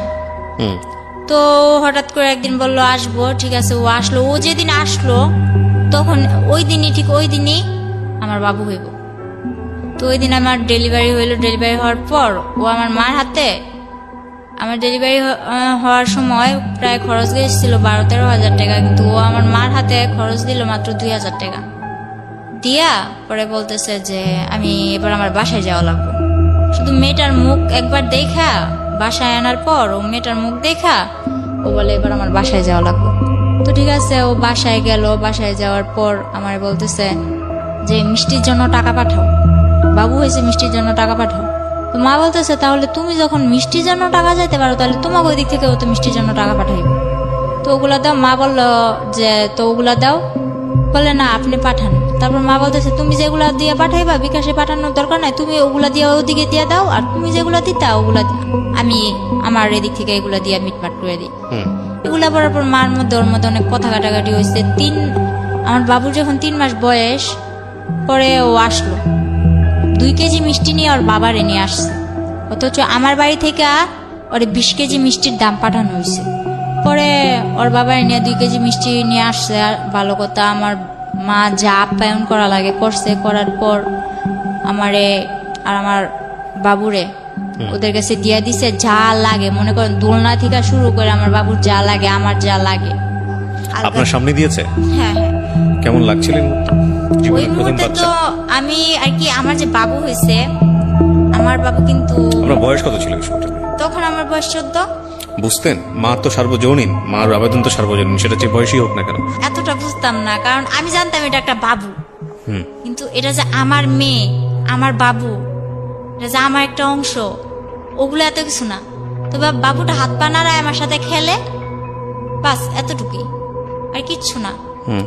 আর এর মধ্যে আমার সমস্যার কারণে আমি আমার মেয়ের বুকে দুধটুকু খাওয়াতে পারিনি। তো আমিও হাসতে খেলতে খেলতে, যে 3 মাস ছিলাম তখন তো আমার মেয়ে কিনা জন্মের পর থেকে ওরে যে হসপিটাল থেকে বাসায় নিয়ে আসছে, বাসায় নিয়ে আসার পর থেকে তো ওরও কোনো খোঁজ নাই, আমারও কোনো খোঁজ নাই। ও ঘুমাইতেছে আমার মার কাছে, আমি কাত ফিরা অন্য দিকে ঘুমাইতেছি। এটা যে আমার মেয়ে, কোনো দেখশন নাই, বুঝতামই না। তো 3 মাস তো এইভাবে হেসে গেলা কাটাই দিলাম। ওখানে যায় যে আমার জন্য কি অপেক্ষা করতেছে ওটা তো আমার এত কিছু মাথায় ছিল না। বললাম হ্যাঁ শ্বশুর বাড়ি যাবো, মেয়ে হয়েছে শ্বশুর বাড়ি যাবো। তো গেলাম, আমার মা একেবারে সুষ্টা অব্দি আমার দিয়ে দিল যা লাগবো। আমার জন্য ট্যাং, আমার মেয়ের জন্য ওই 7 মাস অব্দি যা খাবার লাগবো আমার মেয়ের, সব খাবার আমার মা দুধের ডিবি যা লাগে সব কিনা দিছে। ওই বাড়িতে যখন পাটা রাখছি, রাখা মাত্র আমার শাশুড়ি কি করলো, কি আনছে পর যা নিছি আর কি, শুধু দোলনাটা ঘরের মধ্যে ঝুলাই দিছে, এই বিনে আর একটা সুতাও আমি চোখে দেখিনি। আমার মা 22,000 টাকা খরচ করে আমার মার গলার চেন বিক্রি করে আমারে এত সব কিছু কিনাকিটা দিল, কিন্তু আমার মার চেন বিক্রি করার মূল্য রইল কি? আমি তো কিছুই পাইলাম না যাইয়া, শুধু দোলনাটা ঝুলাই দিছে মাঝোটে। পরে আমার মেয়েটারে আমি তবু অনেক চেষ্টা করছি, একটু মা বলছে যে বুকে দুধ খাওয়ানোর সুতা দিয়া তুই একটু রেস্ট নিতে পারবি, আরামে থাকতে পারবি। তো যখন আমি বলতাম যে আমার বাবুরে দুধ খাওয়াইতে হইব, তখন বলতো না, দুধ খাওয়াইতে হইব না। ওনারা ওইসব তখন আমার মেয়ে কি খাইতো, ল্যাকটোজেন 2-3 খাইতো, এরকম আর কি। ওইসব দুধের ডিবি নিয়ে ওনাদের কাছে তো ওগুলো কবজা। আমার মেয়ের কি তো সাগুদানা আছে না, সাগুদানা ভিজায় রাখতাম পানি দিয়ে, পরের দিন সকালবেলা উঠে ওগুলো জাল দিয়ে সারাদিন খাওয়াইতাম। আর আমি সারাদিন থাকতাম মাঠে। আমি বললাম যে আমি শুনছি 5-6 মাসের বাচ্চা গো আলাদা আলাদা ফলের রস খাওয়ায়, দুধ খাওয়ায়, এটা খাওয়ায়, ওইটা খাওয়ায়, ডিম খাওয়ায়, নুডলস খাওয়ায়, কিন্তু আমার মেয়ের তো ভাত খাওয়াইতেছে। তো আমার মেয়েও মাশাআল্লাহ শিখা গেছে ভাত খাওয়া। তো আমি ওর বাবার জানাইলাম যে এভাবে কি চলে, আমি সারাদিন মাঠে থাকি বাড়ির বউ হইয়া, আর আমার মেয়েটা এভাবে থাকে, আমি তো এভাবে পারতেছি না। তো আমি আমার বাসায় জানাইলাম, বাসায় জানানোর পর আমার মা, এর মধ্যে আমার মা বাহিরে চলে যায়। আমার শ্বশুর বাড়ি দেওয়ার পর মা বাহিরে চলে যায়। মা বাহিরে চলে যাওয়ার পরে আমার ভাইটারে আমার নানার কাছে দিছে, মাদ্রাসায় পড়ে, সারাদিন মাদ্রাসায় থাকে, রাত্র হইলে আমার নানার কাছে আসে। তো মারে বললাম, মা আমি তো এখন এভাবে থাকতে পারতেছি না, তুমি কিছু একটা করো। তো মা বাহিরে যাওয়ার পর, সৌদি আরব যাওয়ার পর, মা ধার করে আমারে 95,000 টাকা দেয়। মূলত 80,000 টাকা দেয়, আমার নানা নিয়ে দিয়ে আসছিল। 80,000 টাকা দেওয়ার পর ওই টাকাটা আমার শ্বশুরের হাতে দিলাম যে আমার ঘর তুলে দেন, আমি এইভাবে এক ঘরে থাকতে পারতেছি না, আমার সংসার নিয়ে আমি অন্যদিকে চলে যাম, আমার ঘর তুলে দেন। তো আমার শ্বশুর কি করলো, ওই 80,000 টাকা নিয়ে দূরে, অনেক দূরে, আমার শাশুড়ি বাড়ি থেকে একটু দূরে, এক বাড়ি পরে আর কি, আমার একটা জায়গা দিল। ওই জায়গার মধ্যে ঘরের খাম টাম গাঁথলো, মাটি টাটি বইলো, এগুলা করার পর এর মধ্যে আমার শাশুড়ি আমার দিয়া কিস্তি থেকে অনেক টাকা উঠায়। এক জায়গা থেকে 1 লাখ, আরেক জায়গা থেকে 20,000, আরেক জায়গা থেকে 30,000, এরকম করে উঠাইতে থাকে। তো তখন আমি কিস্তির বিষয়টাও বুঝলাম না। আমার নিয়ে যাইতো, আমার মনে করেন গাড়ি করে নিয়ে যাইতো, ওইটা কটা সাইন টাইন দিতাম, পরে আবার আসার সময় আমার কিছু খাওয়াইতো। তো এটা আমার কাছে একরকম আনন্দের ব্যাপার ছিল, বাড়ি থেকে বের হইতে পারি না, গাড়িটা ঘুরতে যাই। তো আমার দিয়ে যে কিস্তি নিতেছে, কিস্তি নিলে যে কি হইব ওইটা আমার মাথায় নাই। পরে যখন আমার ঘর তুললাম, ঘর তোলার পর আমার মা ঘরের মধ্যে যা লাগে, আমার থেকে টাকাই না, যা লাগে, একটা সুইচ পর্যন্ত, একটা চামচ পর্যন্ত আমার শাশুড়ি আমার দেয় নাই। আমি সবকিছু কিনা নেওয়ার পর পুরো একটা 10 বছর সংসার করলে যা না হয়, আমি সব গুছানোর মতো একটা সংসার করি। তখন আমার কাছে ভালোই লাগতেছিল। তখন আস্তে আস্তে বুঝতেছি যে এটা আমার সংসার, আমার বিয়ে হয়েছে, আমার একটা বাচ্চা হয়েছে। এর মধ্যে আমার ফুফাতো বোন যেটা আছে, ও ফেসবুকে ফেক আইডি খুইলা, ছেলেদের নামে আইডি খুইলা আমার হাজবেন্ডরে জানাইলো কি যে আমি তো মিমরে ভালোবাসি, ওর সাথে আমার রিলেশন ছিল, এখন তো আমরা পালাই যাব। তো ফারুক তো আমি বলতে পাগল ছিল। এটা যখন বললো আমার ফুফাতো বোন, তখন তো পুরা রাগ আমার উপর, কিন্তু আমারে বলে না। এরপরে কি করলো, আমি যখন জিজ্ঞেস করলাম, এরপর বলে যে দেখ কি বলে এগুলো। তো তখন আমি আর কি টুকটাক ওই বাংলায় যে ইংলিশ গুলা লেখে না, আমি ফটর বলে দিতাম। ও যে চ্যাটিং করে না, এগুলো আমি ফটর বলে দিতাম, তুমি এটা লিখতেছো, এটা লিখতেছো। কিন্তু আমি মোবাইল সম্বন্ধে কিছু বুঝতাম না, মেসেঞ্জারে চ্যাট করতো, আমি বলতাম। তো তো আমারে বলতো তুই তো সবই পারস, দেখা যায়, আয় তোরে বুঝাই। এই যে মেসেঞ্জারে এই লোকটা তোরে এই যে এরকম ভাবে বলতেছে, তোর সাথে আগে রিলেশন ছিল, এখন তোরা পালাই যাবি, তো ওর সাথে যোগাযোগ, তোর হাতের মোবাইলটা আমার দিয়ে লাবি, আর কেউ লোক যোগাযোগ রাখতে পারবি না। আচ্ছা, হাতের মোবাইল নিয়ে নাও, মাই যদি ফোন দেয় এই মুহূর্তেই তো দিব, আমার মাই বিদেশ থেকে একটু ফোন দিব, আমি তোমার লগে একটু আমার মার লগে একটু কথা গুম, আর তো কিছু না। তো মোবাইল আমি দিয়ে দিছি। এরপর ওই ফেক আইডি দিয়ে আমার ফুফাতো বোন কথা বলতে বলতে এক পর্যায়ে আমি বলি আচ্ছা ফোন দিতে বলো ওরে। তো আমার ফুফাতো বোন কারে ম্যানেজ করছে জানি না, একটা ছেলে দিয়া ফোন করাইছে। ওই মুহূর্তে ফোন করানোর পর আমার ফুফাতো বোন যাই অশান্তি লাগাইছে, লাগানোর পর আমারে মারধর করে আমার বাসায় দিয়া যায়। আচ্ছা, অনেক মারধর কইরা, তখন আমারে মনে করেন এরকম অবস্থা করছে, আমার বাচ্চাটা ছোট ছিল, ও পাটা আছে না, শিল পাটা, আমি খাটের নিচে বসে রয়েছি, ও খাটের উপর দাঁড়ায়, ওই পাটা আমার মাথায় ছেড়েছিলাম। 7 দিন অব্দি আইসিইউতে ছিলাম। আর ও যদি মারতো তাহলে বেশিরভাগ মাথায় মারতো, আর যে জায়গায় আমি কারোর কাছে বলতে পারবো না ওই জায়গায় মারতো। বলতো যে তুই যখন আমার হবি না, কার জীবনে আমি তোর যাইতে দিব না, এরকম করে আমার মারতো। তো এক পর্যায়ে আমি 7 দিন আইসিইউ থেকে আসার পর আমি এখনো বলি নাই যে আমি 7 দিন অব্দি আইসিইউতে ছিলাম, কারণ আমার মা অনেক কষ্ট পাইব। পরে আমার বাসায় দিয়া যায়, আমার মেয়ে সহ দিয়া যাওয়ার পর আমার ভাইটারে নিয়ে আমি থাকি। এদিকে আমি বাসায় এসে দেখি আমার ভাই, ছোট ভাইরে, আমার ভাইয়ের হাড় নিয়ে হইছে। হাড় নিয়ে হওয়ার পর আমার ভাই বয়স অনুযায়ী বিছনায় প্রস্রাব করে দেয়। আমার বাবা, যে বাবার সাথে আমার মার কোনো যোগাযোগ নাই, আমার ভাইয়ের এই রোগটার জন্য প্রথমত আমার বড় খালারে টাকা দিছে 40,000 ওর চিকিৎসা করতে। বড় খালাই করে নাই, মেজু খালাও ছিল, ও ওনাদের বাসায় গেলে ভালো মন্দ কিছু খাওয়াই দিত আমার ভাইটারে, ব্যাস এতটুকু। আর ছোট খালারে বিয়া দিছে, ছোট খালায় তেমন একটা আমাকে করে না। বড় মামার বউ আইছে, বড় মামায় তো বউর কথায় উঠে আর বসে। নানার কাছেও টাকা দিছে, নানাও চিকিৎসা করে নাই। শেষে না পাইরা আব্বুরে মায় কল দিছে, নাম্বার জোগাড় কইরা কল দিয়ে বলতেছে যে আমার ছেলে অসুস্থ, আমার ছেলের চিকিৎসা করো। আব্বুরেও টাকা দিছে মায়, মোটা অঙ্কের টাকা দিছে সবাইরেই, কিন্তু কেউ চিকিৎসাটা করেনি। আমি যখন চলে আসি, চলে আসার পর আমার মা আমার হাতে কিন্তু টাকা দেয় নাই। ওই মাসে যা লাগবো, ওই বললাম না যে আমার একটা মামা মেম্বার ছিল, ওনার কাছ থেকে মাসে 2-1 হাজার টাকা আনতাম, মনে করেন মোবাইল খরচ, তারপর হইলো যাইয়া এভাবে কিছু টুকটাক খাইতে মন চাইলে এসবের জন্য। আর বাজার যা করা লাগতো বাজারে ফোন দিয়ে কয়ে দিতাম যে রসুন মেম্বার এগুলো পাঠাইতে গেছে, ওনারা পাঠাই দিত। মাঝে মাঝে আমি যাইয়া নিয়ে আসতাম।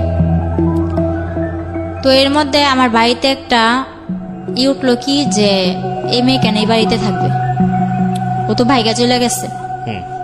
তো আমি যা করি ওই মেম্বরে জানাই করি, মেম্বরের কথা ছাড়া আমি উঠি বসি না। কিন্তু গ্রামের মানুষ আমার নামে আজে বাজে কথা বলা শুরু করলো।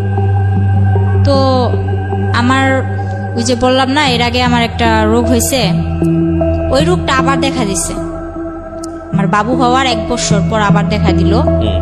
দেখা দেওয়ার পর ওই রোগটা নিয়ে আমি অনেক দৌড়াদৌড়ি করতেছি, কবিরাজ বাড়ি, ডাক্তার কাছে, নারায়ণগঞ্জ ডাক্তার, ঢাকা এসে দৌড়াদৌড়ি করতেছি।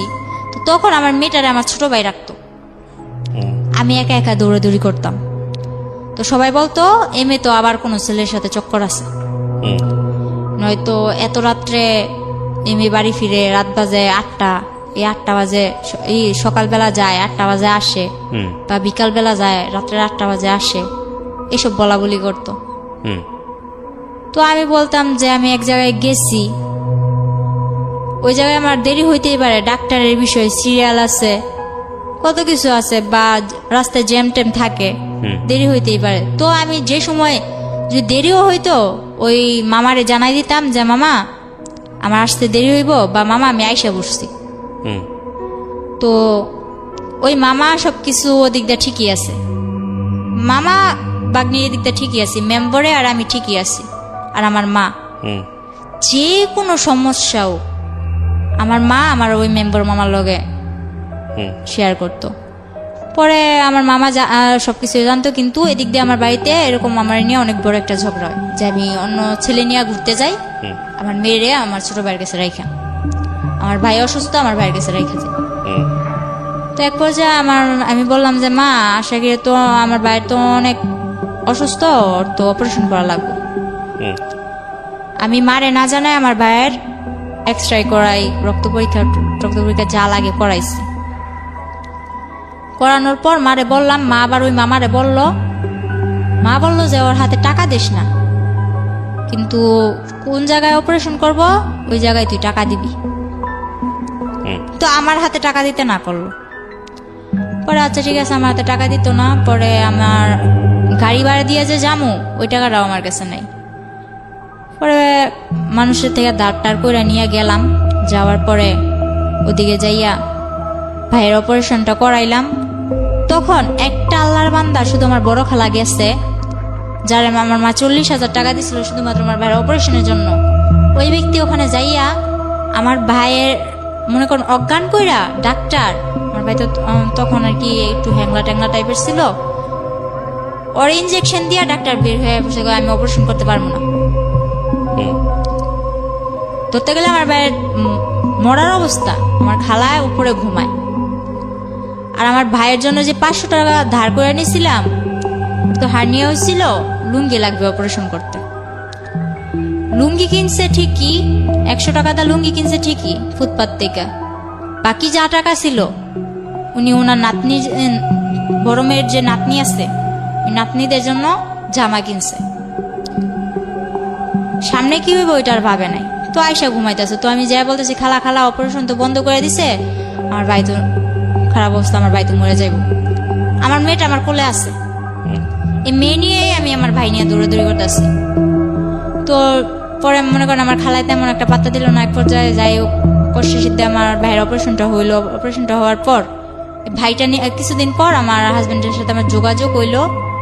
যোগাযোগ হওয়ার পর এর মাঝখানে আবার কি করছে, রাকিব নামে একটা ছেলে, আমাদের গ্রামের পাশের গ্রামের, ওই ছেলে বলতেছে তোর মেয়েও আছে জানি, সবই জানি, কিন্তু তোরে তো আমি ছোট থেকে চোখে রাখছি, কিন্তু তোর এখন বিয়ে হয়ে গেছে, তোর বিয়ে হোক বাচ্চা হোক যাই হোক আমি তোর নিয়ে যাবো, আমি তোর বিয়ে করবো, সবাইরে জানাই বিয়ে করবো, এসব বলতো। আর ওর বোন আমার বান্ধবী ছিল নাকি, ও বলছে যে আমার বোন তোর বান্ধবী ছিল, তুই নাকি ছোট থেকেই বলতি যে আমার স্মৃতিপাটি, আমার বিয়ের সময় স্মৃতিপাটি, তারপর বললো না কেন লোকে সব দিয়ে বিয়ে, ওই এগরা ও বলতেছে।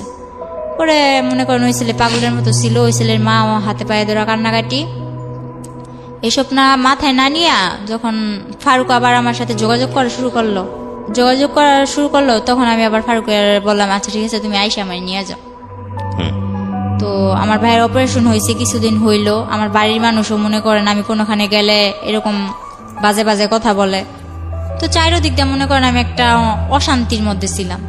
তো আমি বললাম যে বাপের বাড়ির ইয়ের থেকে ওই শ্বশুর বাড়ির জ্বালেই বালা, এটা কইয়া মনে করেন এর মধ্যে আমার বাপেও হয়েছে। আমার বাপেও হইয়া মনে করেন আমার লগে বাজে বাজে ব্যবহার করে। তো মারে কইলাম তুমি ফোন দিয়া আব্বু আনছো কে, আব্বু তো এরকম বাজে বাজে ব্যবহার করে। তো মায়ে বলতেছে কষ্ট করে চল, আর একটা বছর পর তো আমি আইয়েই পড়বো। পরে আমি ফারুককে খবর দিলাম, ফারুক এসে আমার নিয়ে গেল। নিয়ে যাওয়ার পর আমার অপারেশনের ভাই 2 মাসও হয় নাই, নিয়ে গেলাম। ওখানে যাই আমার ভাইয়ের ওষুধও বন্ধ। ওই যে আমার স্কুলে ভর্তি করেছিল ওটা, তখন আবার আমি বললাম যে আমি শুরু করি, মোটামুটি শুরু করতেছি। তখন আমার ভাই ছোট, আমার ভাই তো অপারেশনের মানুষ, একটু কিছু খাইতেই চায়। তখন আমি আলাদা করে চলে গেলাম, আমার সংসারে আমি চলে গেলাম। তখন অনেক একটা ভালো দিক ছিল আমার, মনে করেন 3টা মাস আমি যেমন জান্নাতের মধ্যে ছিলাম, এরকম আমার মনে হয়েছে। আমার স্বামী, সংসার, ভাই, আমার মেয়ে নিয়া অনেক ভালো একটা দিক ছিল। ফারুক পরে 3 মাস পর কি হইলো, ওর মা ওরে কি বুদ্ধি দিছে জানি না, 3 মাস পর ও হঠাৎ একদিন রাত্রে আমার ভাই বলতেছে জাফু তোমার ঘরে কারেন্ট গেছে, গরম লাগতেছে, আমি তোমার শ্বশুর ঘরে যাই শুই। তো গেল আমার ভাইয়ের, আবার আমি ওখানে নিয়ে মাদ্রাসায় ভর্তি করে দিছি। তো ওর পড়ালেখা নিয়ে ওই ব্যস্ত। তারপর আমি আর কি বই নিয়ে বসছি। আমার শ্বশুর আসছে এর মধ্যে, বলতেছে কিরে পড়স, বলতেছে হ্যাঁ পড়ি। পরে বলতেছে আচ্ছা ঠিক আছে পর আমি কি বসে থাকবো, আমি কই না। কয় ফারুক কে আইসে, আমি কই না আসে নাই। পরে আমার শ্বশুরের ফোন দিয়ে বলে তুই কই, বলে আমার আসতে দেরি হইব, তোমরা যাই ঘুমাই পড়ো। তো আমি না খাইয়া বসে আছি, ও আসবো আমি খাম, আমার মেরে ঘুম পাড়াইছি। রাত্রে 12টা বাজে ও একটা মেরে নিয়ে এসে দাঁড়ায়। পরে আমি এত কিছু মাথায় নেই আসতেই তো পারে, তো এটা যে কে আমার ধারণা ছিল না। আনলাম করে আমি চিল্লাচিল্লি করতেছি এত দেরি করে আইসো। তারপর হঠাৎ করে খেয়াল করলাম যে উনি কে, বলে যে এটা তোমার আপা হয়, ওটা আমার আপা হয়। পরে যখন বললাম, তারপর বললাম যে আপা হয় তো ভিতরে আসেন, আসলো। তো ওরে আমি বললাম যে হাত মুখ দিয়া খাওয়ার জন্য আসো। তো হাত মুখ দিয়ে গেল, মেয়েটা মাঝের দরজায় খাড়ায় আছে, নড়েও না চড়েও না, এক টিপে দাঁড়ায় আছে। তো আমি বলতেছি যে আপার ডাক দাও, তুমি খাইবা, উনি কি চেয়া থাকবো নি। তারপর ওই মেয়েটা বললো না আমি খাইছি। ফারুক কি করলো, আমার সামনে ভাতগুলা নিয়া সবসময় ওই 3 মাস ও খাইয়া তারপর আমার খাওয়াই দিত। ওই দিন কি করলো, ও ভাত নিয়ে নাড়তেছে। তো আমি বলতেছি তুমি খাইবা কোন সময়, আমি ইবা খামো কোন সময়, এতক্ষণ ধরে বসে আছে, আমার খিদা লাগছে, তাড়াতাড়ি করো। ও বললো কি আমি খাই আসছি, ও বাইরে থেকে ওই মেয়েটার সঙ্গে একসাথে খাইছে। তো আমি বললাম আমি এতক্ষণ ধরে না খাইছি আর তুমি বাইরে থেকে খাইছো। হ্যাঁ। পরে আচ্ছা ঠিক আছে, না খাইলে নাই, এত কিছু মনে নেই। পরে ও আমার ডাকতেছে যে আসো বিছনাটা করে দিয়া যাও। তো আমি বলতেছি আপা শুভ কই। পরে কইতেছে যে তুমি ওই রুমে বিছনা করো, ওই রুমে বিছনা কইরা বাবুরে ওই রুমে নাও। তো যে ওয়াল ক্লকটা ছিল ওইটা আমার বাবুরে ওকুলে নিয়ে ওয়াল ক্লকটা টান্দা নিয়ে বলতেছে ওই রুমে। আচ্ছা ওই রুমে বিছনা করলাম। তো আমি ভাবছি ওই রুমে ও আমার সাথে শুইব, আফুটা একা এদিকে শুইব। পরে ও কি করলো, ও খাটের মধ্যে বসে আছে। আফুরে বললো যে তুমি শুয়ে পড়ো। তো আপু ওর পাশ দিয়ে যাইয়া খাটের মধ্যে শুয়ে পড়লো। ও বসে আছে, ও নড়ে না। পরে আমি বললাম কি ব্যাপার, তুমি আসো না। ও আসে না। তখন আমার মনে কিছু একটা বাড়ি খেল। আমি সারা রাত মাঝ দরজায় বসে আছি, কিন্তু আমার কোনো কথা নাই, শুধু চোখ দিয়া পানি পড়তেছে যে আসলে কি হইতেছে। পরে সকালবেলা আমার শাশুড়ির খবর দিলাম। খবর দেওয়ার পর আমার শাশুড়িও কিছু করলো না। 3 দিন মেয়েটা আমাদের বাড়িতেই থাকলো, কিন্তু আমার ভাইরে এক বিন্দু বুঝতে দেয় নাই যে ফারুক ওরা আনছে কি ভালো মন্দ। আমার ভাইরে এতটুকু বুঝতে দেয় না, যার জন্য আজও পর্যন্ত আমার ভাই বলতে পারে না এসব কিছুই হয়নি। পরের দিন যখন ওর মার সাথে আমি বললাম যে এরকম করে আনতেই পারে, ভালো কথা, বিয়ে করছে ভালো কথা, আমি কিন্তু বিয়ের কথাটা তুলি নাই। আমি যখন বলছি এই মেয়েটাকে ও আনছে খালাতো বোন বইলা, তো খালাতো বোন ভালো কথা, তো এক বিছানায় থাকে কি করে, কয় তুই ছোট মানুষ এসব বুঝবি না। তো হ্যাঁ আমি মানলাম আমি ছোট মানুষ, আমার বয়স 14, কিন্তু আমার তো এতটুকু বুঝার ক্ষমতা আছে এক বিছানায় কি করে শোয়। তো পরে আমার বললো কি যে হ্যাঁ বিয়ে করছে আনছে, তো তোর কি। এটা আপনাকে কে বলেছে? আপনার শাশুড়ি? শাশুড়ি বলতেছে। তো আমার শাশুড়ির ঘরে নিয়ে যায়, আমার শাশুড়ির ঘরেই থাকে, ফারুক আমার সাথে থাকে। আমার ভাইটা মাদ্রাসায় আসে যায়, আমার ভাই কিচ্ছু জানে না। পরে মনে করেন 3 দিন পর ওই মেয়ের বাসায় চলে যায়, আমার ঘরে আবার অশান্তি শুরু হয়। ফারুকের মেজু বোন যেটা, ওটার হাজব্যান্ড আবার ঘর জামাই থাকে, ওটাকে আইনা আমার ঘরে তুললো। আমার সংসার তো চলেই, এর মাঝে ওই সংসারও এই ঘরেই থাকবে। ওদের ঘরে 2টা বাচ্চা আছে, আর ওরা আর কাদের ঘরে 2টো বাচ্চা? ওই আমার ননাসের ঘরে, ওরা এখানে থাকবে। তো এক পর্যায়ে আর কি আমি বিষয়টা মাইনা নিতে পারি না। আমি অনেক চিল্লাচিল্লি করার পরে ওরে বলি যে আমি এগুলা পারবো না। আপনার বিয়ে হয়েছে 12 বছর বয়সে, আপনার কথা যদি ঠিক থেকে থাকে তখন আপনার বয়স 14 বছর, আপনার তখন একটা বাচ্চা হয়ে গেছে। বাচ্চার বয়স তখন কত, 1 বছর বা 2 বছর? হ্যাঁ 1 বছর। 1 বছর। আর আলটিমেটলি হচ্ছে এই সময়ে আপনার হাজবেন্ড আরেকটা বিয়ে করেছে। ওকে। পরে ওরে আমি বলার পর আমি বলতেছি আমি থাকবো না তোর সাথে। আপনার মা কোথায় তখন? তখন আমার মা বিদেশ। তখনও বিদেশ? আচ্ছা। তখন আমার যখন অনেক মারধর করে আর কি, পরে এক পর্যায়ে আমার অনেক মারে আর কি। ও বলতেছে তোর পাগল বানিয়ে দিন, তোর পাগল বানিয়ে ছেড়ে দিন। তারপর আমি কি করলাম, মাইর খাইয়া সকালবেলা উঠা ওরে আমি বললাম তুমি আমার এরকম করে মারতে পারলা, আমি তো তোমার কাছে ইচ্ছা করে আসিনি।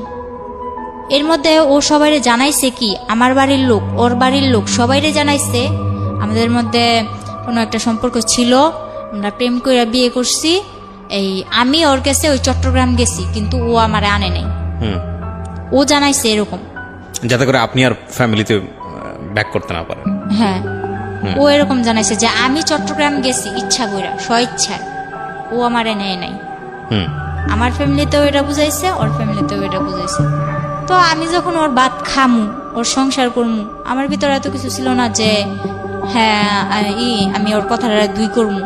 আচ্ছা ঠিক আছে, ও যা বলছে এটাই সত্যি, আমার সত্যি মিথ্যার প্রয়োজন নেই, এটা ভাইবা আমি ওরে আর কিছু বলি নাই। আমার বাড়ির তারপরে কি হলো, আপনার কি করলেন আপনি? হ্যাঁ, পরে মনে করলেন আমার বাড়ির লোকেরা সত্যি কিছু বলি নাই।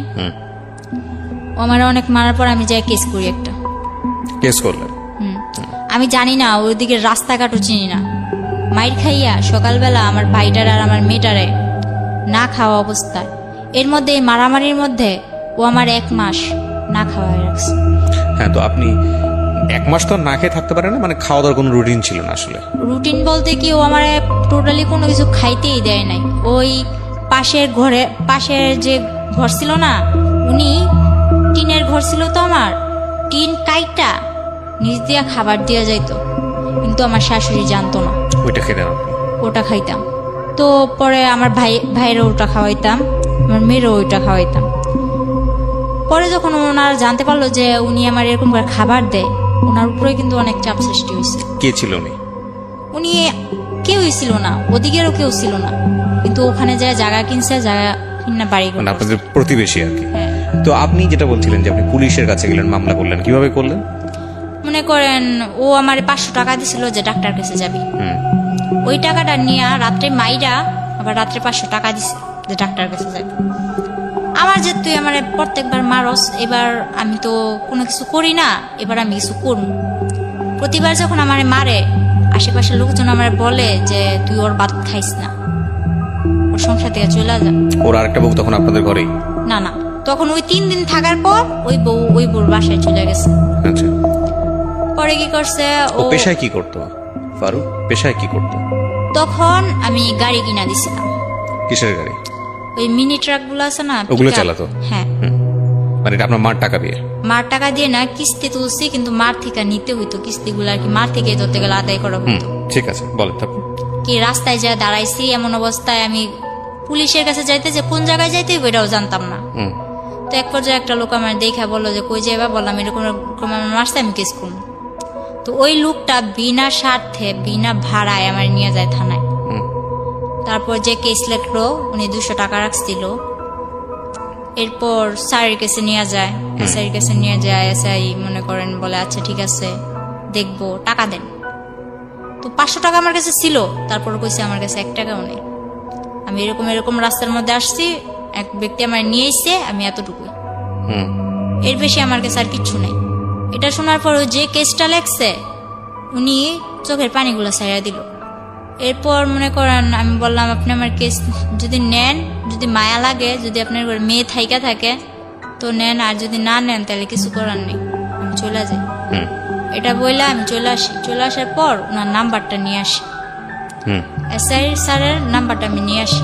পরে আসার সময় ওই যে কেস লেখছে, উনি আবার আমার 1 কাপ চা খাওয়াইলো আর 100 টাকা দিয়া বললো গাড়ি ভাড়া দিয়ে চলে যায়। তো গাড়ি ভাড়া দিয়া আসার সময় ফারুক আবার আমার দেখছে যে আমি থানার দিক থেকে আসতেছি, ও গাড়ি চালাইতেছে। পরে মনে করেন ও থানার থেকে ওদিকে গেছে, থানার দিকে গেছে, ও কিছু জানতে পারে না যে আমি গেছি কি ভালো মন্দ। বাসায় এসে আমার জিজ্ঞেস করছে কই গেছিলি? কাজিরহাট। আমি কই কাজিরহাট আমি ডাক্তার কাছে গেছিলাম। কই কাজিরহাট তো কোনো ডাক্তারের দোকান নাই। তো আমি বলতেছি একজন বলছিল আছে, তো গেছিলাম পাইনি, একটা বানাই টানাই বলে দিছি। পরে আমার তো আর মার সাথে ফোন করতে দেয় না। যাই হোক, এক ভাবির মোবাইল দিয়া ফোন করি, অনেক কষ্টে ফোন করি। ফোন করে বললাম মা আমি তো একটা কাজ করে ফেলছি, এমন এমন মারছে, তোমার এতদিন জানাই না। ওর কাছে আমি যতই মাইর খাইছি আমি কিন্তু আমার মারে জানাই নাই, ঠিক আছে। পরে মনে করেন মারে জানানোর পর মায়ে কয় তুই এটা কি করছিস, তুই কেস কেন করছিস, তুই এটা ভুল করছিস। মারে বললাম আমার মারছে, ওইটা কি ভুল না? এটা বলার পর মা মনে করেন আর কিছু ভাবলো না, মা টিকিট কাটলো, বাংলাদেশে চলে আসবো। মা ডাইরেক্ট আমার শ্বশুর বাড়ি আসে কেস করার 1 সপ্তাহ পর। এর মধ্যে আমার মারধরও করছে, আমি হসপিটালও আমার নিয়ে যাওয়া হয়েছে, যারা হসপিটাল নিচ্ছে তারাও মাইর খাইছে আমার জন্য। এরকম ভাবে মারতো, আর যতবার মারতো ওই আমার বাবা যেমন আমার সামনে রেখে আমার মারে মারতো না, ওরকম আমার মেয়েটারে আর আমার ভাইটারে সামনে রেখে আমারে মারতো। তো হয়তো বা ওই সময়টায় আমার ভাইটারে নিয়ে গেছিলাম দেখে আমি জীবিত আছি আজ পর্যন্ত। যতবার মারছে আমার মাইরা ফেলার চেষ্টা করছে ততবার আমার ভাইটা সামনে যায় দাঁড়াইছে আর কি। পরে ওরে কি করব, ওর আর কিছু করার নাই। মায়ে গেল, মায়ে যাওয়ার পর মায়ে অনেক টাকা পয়সা ভাঙলো কেসের মধ্যে। আমরা যদি 5,000 খাওয়াই ওরা 10,000 খাওয়াই, ওরা যদি 10,000 খাওয়ায় আমরা 20,000 খাওয়াই। এরকম করতে করতে এক পর্যায়ে কেসটা কিভাবে ওরা নামাই নিয়ে এসে পড়ছে টাকা দিয়ে। তো কি করছে, মা বলতেছে 3 দিন পর মা বলতেছে আমি বাসায় চলে যাই, আমারও তো ঘর দুয়ার যায় ঝাড়তে লাগবো, এতদিন পর 3-4 বছর 2 বছর ধরে ঘরটা এরকম ভাবে পড়ে আছে, তুই আয়। তো আমি বলি মা আমি তো আসার পর মাত্র 27টা মাস ধরে এদিকে আসা হয়েছে। কেসটা কি হলো? তারপর কেসটা কি হলো নাকি কেসটা হলো না? কেসটা আর হয় নাই, ওরা টাকা দিয়া সব মীমাংসা করে একদম মাটি, পুরা ঠান্ডা, কোনো কথা নাই।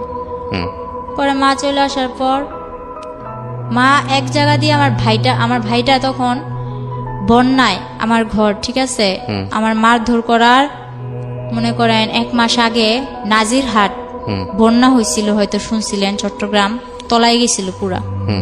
আমার ঘরে প্রায় আমার বুক সমান পানি, আমার ঘরের পিড়া টিরা সবকিছু নিয়ে গেছে, শুধু আমার ঘরটা পাকা ছিল দেখে আমার ঘরটা টিকে আছিল এক পর্যায়ে স্রোতের মুখে। তো এই মনে করেন আমার শুধু ভিটাটার জন্য আমার ঘরটা ছিল। পরে আমার ভাই আর আমার মা বিদেশ থেকে আসার পর আমার এই যে মারছে, ওদিকে না চাইয়া আমি বলছি যে মা আমি ওর ভাতই খাম। মানুষ কত কষ্ট করে ভাত খায় না, গাজারুর ভাত খায়, জুয়ারুর ভাত খায়, আমি ওর ভাত খাম। পরে বলছেন আপনি ফারুকের ভাত? হ্যাঁ, আমার একটা মেয়ে আছে, আমি খাম। কারণ আমার মায় ও আমার বাবার রেখা চলে আইছে, আমিও যদি চলে যাই তাহলে মানে আপনি চিন্তা করেছেন যে আপনার মতোই যদি আপনার মেয়েটার ফিউচার হয়, যাতে না হয় সে কারণে। পরে কি করলাম, মারে এসব বুঝে আমারে বাসায় পাঠাই দিলাম। মায়ে আসলো, মায়ে এসে 3 দিন পর মনে করেন আমার উপরে আবার মারধর করার পর আমি বললাম যে আচ্ছা ঠিক আছে, আমার মারধর করিস না, আমি বাসা থেকে ঘুরে আসি, আমি আবার চলে আসবো, বাসা থেকে ঘুরে আসি। পরে বলতেছে তুই তো গেলারাবি না। পরে বলতেছি না আমি আম। তখন গ্রামের মানুষ একটা প্রশ্ন তুললো, কি কই তোমরা যে বিয়ে করছো বিয়ের প্রমাণটা দাও। আমারে বলতেছে বিয়ের প্রমাণ দিতাম। ও বলে আমরা কোনো বিয়ে করি না, এতদিন আমরা অবৈধ সংসার করছি, এতদিন আমরা অবৈধ সংসার করছি। এটা যখন ও বলে তখন আমি বলি যে ওই যে লেখালেখি দেখছি, আমি বলি না আমি আলহামদুলিল্লাহ বলছি ঠিকই, কিন্তু আমার তো এতটুকু খেয়াল আছে যে ওই সময় কিছু লেখালেখি হয়েছিল। পরে বলতেছে আচ্ছা ঠিক আছে ওই প্রমাণ দাও। ও বলে না এর কোনো প্রমাণ নেই। তো আমার বিয়ে তো হয়েছিল কক্সবাজার চকরিয়া, ওই ঠিকানাটা আমার মারেও দেয় না, আমারও দেয় না। এক পর্যায়ে আমি বললাম আচ্ছা ঠিক আছে তুই ঠিকানা দিবি না ভালো কথা, আমিও অসুস্থ, তুই আমার টাকা দে, আমি বাসায় যাবো।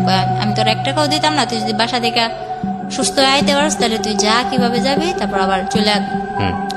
তারপর আমি মার থেকে টাকা নিয়ে 800 টাকা নিলাম, টাকা নিয়ে বাসায় চলে গেলাম। বাসায় চলে যাওয়ার পর মারে বললাম বুঝায় যে মা আমি ওর ভাত খামো না, ব্যাস এতটুকুই।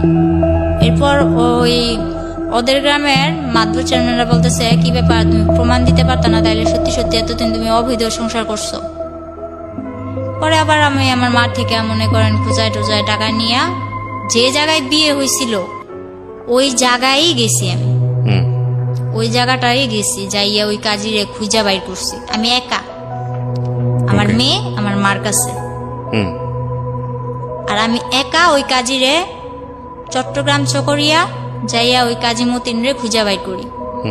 খুঁজা বাইর করার পরে ওই কাজের অনেক বুঝা টুজা টাকা পয়সা কিছু দিয়া আমার বন্ধু বান্ধব কতগুলো আসলো, ওই যে বন্ধু বান্ধব কিন্তু আমার না, বন্ধু বান্ধব ওরই, ওই যে আমার মেসেঞ্জার বুঝাইছে, ফেসবুক বুঝাইছে যে এই যে দেখ ফেসবুক এমনি চালায়, মেসেঞ্জার এইভাবে চালায়, এভাবে চ্যাটিং করে। তো ওর বন্ধু বান্ধব গুলারে আমি ফোন দিছি যে এরকম এরকম। তখন ওর বন্ধু বান্ধব গুলা ওর হইয়া আর একটাও কথা কয় না, সবাই আমার হয়ে এই কথা বলে। পরে আমি যখন বুঝে বললাম যে ভাই আমি তো এরকম কাবিনের কাগজ নিতে আসছি, মানে তো আমার দেয় না টাকা ছাড়া, আমার কাছে তো যাওয়ার ভাড়াও নেই। এটা বলার পরে বলতেছে আচ্ছা ঠিক আছে আমরা দেই। তারপর ওনারা 4-5 জন ম্যানেজ করে আমারে 4-5 হাজার টাকা দেয়। আচ্ছা, ওইটা দিয়ে আমি কাবিনের কাগজটা তুলে নিয়ে যাই, কিন্তু নিয়ে যাইও কিছু করতে পারিনি। ওই ছবি তুলা ইমুতে মাতবরের কাছে দিছিলাম। তারপর কি আমি ওর বাদ খামু না। এর মধ্যে আমার বাবা কি করলো, 12 বছর পর আমার মারে বললো কি আমার মেয়ের সাথে এত বড় অন্যায় হয়েছে, যে বাবা নিয়ে বলতো যে ও আমার জন্মের না, ওই বাবা বলতেছে আমার মেয়ের সাথে যখন এত কিছু হয়েছে আমি শেষ দিকে স্যার। ওই আমার বাবা দোকান ভাঙচুরে এগুলা করে আমার মারে আর কি একটু একরকম পটাইলো। মারে পটানোর পর মা বলতেছে 12 বছর পর যখন ও মেয়ে স্বীকার করছে, মেয়ের জন্য এত কিছু করতেছে বা করবো, তাইলে ওরে আমি আনতেই পারি। গ্রামের সবাই বলছে দেখ তুই ওরে আনিস না। আমার বাবারে ডাইরেক্ট 2 হাত দানা করছে যে ওরে কিন্তু তোর সংসারে আবার আনিস না। তো আমার মা আনছে, আনার পর আমরাও ভাবছি বাবা পাইছি দুনিয়া পাইছি। তো বাবা পাইছি দুনিয়া পাইছি এটা ভাইবা বাবারে খুব হাসি মুখে অনেক 6-7 দিন সংসার কাটিয়ে গেছে। পরে আমি বললাম যে আমি কিছু একটা করবো, হয়তো তো আমার মেয়েটার ভবিষ্যৎ অন্ধকার। এটা বলার পর এই 1 সপ্তাহের মধ্যে আমার মারে পুরো, আমার মা এতদিন যে বিদেশ করছে যা ছিল আমার বাবা হাত করে নিছে, মানে এইসব কাজ করবেন এই ধান্দাবাজি করে। তো আমার মারে কিভাবে এসব করে আমার মাও বুঝতে পারে নাই যে আমার মারে একদম সর্বশান্ত করে দিছে। তারপর আমার মা কি করলো, এই 1 সপ্তাহের মধ্যে এরকম করার পর আমি বলতেছি আমার বাবাও কি করলো আমার মার সাথে আবার ঝগড়াঝাটি। তো যখন বললো তুই এরকম করলে কোনো লাভ নাই, এখন সবকিছু তো আমার বাবা বলতেছে মারে এই কথা বলার পর মা বললো আচ্ছা ঠিক আছে সবকিছু তোমার, তাহলে তুমি সংসার চালাও। কই চালামু, আমি ভুষামাল রাখছি, এই ভুষামালের জন্য তুই টাকা দিন। মা বললো আমি টাকা দিন করতে যা ছিল তোমার তো দিয়েই দিছি, বলে কিস্তি তুলে দে। শেষ পর্যায়ে মা একটা কিস্তি তুলে দেয়। কিস্তি তুলে দেওয়ার পর বাবা ওই কিস্তির টাকা মোকা নিয়ে বাবা চলে যায়। তো ওই সময় আমাদের সংসারটা এরকম পর্যায়ে যায়, একবেলা খাইতো আর একবেলা তাকায় থাকি। তখন আমি বললাম মা আমি কিছু একটা করবো। তো মা কি করলো, বয়স বাড়াইয়া আমার জন্ম তারিখ হলো 2002 সালের এপ্রিল মাসের 3 তারিখে। তো আমার জন্মের 1995 সালে না কয় সালে আর কি, আমার 25 বছর করে একটা পাসপোর্ট করে, জন্ম নিবন্ধনের কার্ড করে। 11 দিনে আমার মা পাসপোর্টটা বের করে টাকা দিয়ে, ধার করে টাকা নিয়ে আমার পাসপোর্ট করছে, আর বাহিরে পাঠাই দিব। বাবা 1 মাস পর আবার আইসা বলতেছে আমি সংসারের হাল ধরমু, মাইয়াটা বিদেশ পাঠান লাগতো না, মাইয়ারে বিয়া দিব। আমার মেয়েটা আছে বলতেছে নাতিন আমি পালমু, মাইয়া বিয়া দিব। তখন মা এখনো জানে না, কিন্তু আমি খবর নিয়ে দেখছি এমন একটা ছেলের সাথে বিয়ে দিতে চায় যে আমি মনে করি যদি গরিবের ভাতও খায় না, বাসতলায়ও থাকে না, তাও সুখ আছে, কিন্তু যারা নেশা করে তাদের ভিতরে সুখ নেই। এটা জানার পর আমি বাবার সাথে অনেক রাগারাগি অনেক কিছু। পরে আমি আবার ফারুকের সাথে যোগাযোগ করা শুরু করি, লুকায় টুকায়। আমি চলে আসার পর বাবা 3 মাস আমার মোবাইলটা বন্ধ রাখে। বন্ধ রাখার পর ফলে ফারুক আমারে ফোন দিয়া পায় না, আমিও ফারুকের কাছে ফোন দিতে পারি না। তো ও ভাবে যে ওর বাদ খামো না, এই জন্য যোগাযোগ করি না। তো এটা ভাবার পর ও আমার টেনশন মাথা থেকে ছাড়িয়ে দিতে, ওই যে আগে যে একটা বিয়ে করছে, ওই বিয়ের পরও আমাদের নারায়ণগঞ্জ নবীগঞ্জ এর মধ্যে এদিকে এসে একটা গার্মেন্টসের মেয়ে বিয়ে করে, মানে সে বিয়ের উপরেই আছে আর কি। হ্যাঁ। পরে আমি জানতে পারি যে কোনো ভাবে, জানতে পারার পর ওরে বলি যে তুমি এরকম বিয়ে করছো। বিয়ে করছি ঠিক আছে, তুই যদি নারায়ণগঞ্জ আইসা আমার জন্য টাউনে আইসা কোন একটা কাজ কর্ম ঠিক করস, তাহলে আমি তোর কাছে পড়বো, একটা বাসা লবি, তুই আর আমি থাকবো। তো আমি বললাম যে বাবা আমি বিয়ে করবো না। তখন আমার বাবা মারে অনেক মারধর করে। আপনি আবার চলে যান ফারুকের কাছে? চলে যাই না, ও আমার কাছে আসে না। আপনি জান যেতে রাজি ছিলেন? হ্যাঁ। পরে বাবা আমার অনেক মারলো, মনে করেন আমার তো বাবুর আব্বু মারছেই, ফারুক তো আমার মারছেই, কিন্তু ফারুকের থেকে দ্বিগুণ আমার বাবা আমার মারলো। পরে আমার জন্য মা অনেক মাইর খাইলো। পরের দিন আমি বললাম যে আমি থাকবো না, আমি চলে যাবো। তো কিছুতেই আমার ঘর থেকে বের হইতে দেন আমার মা। পরে কি করলাম, বললাম আমি খালাগো বাসায় যাবো, আমি আমার কাছে ভালো লাগতেছে না, আমি খালাগো বাসায় যাবো। এটা বইলা 40টা টাকা নিয়ে আমি ঘর থেকে বের হয়েছি, গাড়ি ভাড়া নিয়ে আর কি। 40 টাকা নিয়ে ঘর থেকে বের হয়েছি। এরপর আমি পাসপোর্ট করতে যাইয়া একটা মেয়ের সাথে, ওই সেন্টারে থাকে না, ওই সেন্টারে একটা মেয়ের সাথে আমার পরিচয় হয়েছিল। ওই মেয়েটার আমি কল করলাম যে শাপলা, আমি তো এরকম বাসা থেকে বের হয়ে চলে আসছি, এখন আমি তোমার কাছে যাব। আমি খালাগো বাসায় গেলাম না, আমি ঢাকা টঙ্গী চলে আসি, আব্দুল্লাপুর, ওই মেয়েটার কাছে। মা তো ওদিক দিয়ে আমার মেয়ে কই গেছে, মা তো পুরা পাগল। বাবা পুরা আর কি ছড়াই দিছে যে অন্য ছেলের সাথে রিলেশন ছিল, অন্য ছেলের সাথে, হ্যাঁ এরকম। আর এর মধ্যে আমার যে মোবাইলটা ছিল ওখানে আর কি আমার দেওর, তারপর হইলো ওর গ্রামের আশেপাশে বা অন্য যারা গাড়ি চালাইতো 2-1 জনের নাম্বার ছিল না, ওইরকম নাম্বার গুলা নিয়ে সবাই আমার বাবা বিরক্ত করলো যে কার সাথে গেছে আমার মেয়ে, এগুলো আসলে লোক দেখানোর জন্য। পরে আমার বাবা এরকম করার পরে আমি চলে আসলাম। তারপর ওই ফেসবুকে ওরই বন্ধু এক আনোয়ার, ও ওমান থাকে, ও কি করলো, হঠাৎ করে আমার ফোনে ফোন দিল। তখন আমি ওই শাপলার কাছে, যে মেয়েটার সাথে আমার পরিচয় হয়েছিল, ওই মেয়েটার কাছে, শাপলার কাছে। পরে কি করলাম, ওই শাপলার কাছে যাওয়ার পর আমি ওই আনোয়ার কল দিছে আমারে। কল দেওয়ার পর আমি রিসিভ করি না, ও রিসিভ করে বললো যে মিম কই। বলে মিম তো ঘুমাইতেছে, ও তো অনেক অসুস্থ, ও তো ওর বাড়ি ছেড়ে চলে আসছে, ওর বাবার অনেক মারধর করছে, ও তো এখন চলে আসছে। ও কি কিছু খাইছে? ওই আনোয়ার আবার আমার প্রতি একটু দুর্বল ছিল, এটা আমি জানতাম না, তখন জানলাম ও কি কিছু খাইছে। পরে শাপলা বললো না খাই নাই, আমার কাছে টাকা নাই, খাওয়াইতে পারেনি। ওই ছেলে আবার কি করছে, আমারে কিছু না বইলা, আমার সাথে কিন্তু ওর সাথে তখন ওরকম কোনো সম্পর্ক নাই, বন্ধু হিসেবেও কোনো সম্পর্ক নেই। ও কি করলো, বললো যে তুমি এখন বিকাশের দোকান যাও। ওই মেয়েটার সাথে সাথে বিকাশের দোকানে যাওয়ার পর 10,000 টাকা দেয় ওরে আমার খাওয়ানোর জন্য, কিন্তু আমি জানি না। পরে ওই মেয়েটা আমার নিয়ে আমার বলে না, আমার ফোনে আর ফোন দেয় না, ওই শাপলার নাম্বার নিয়ে শাপলার সাথে যোগাযোগ করে আমি কেমন আছি, ভালো আছি কিনা শাপলারে জিজ্ঞেস করে, তো আমারে জিজ্ঞেস করে না।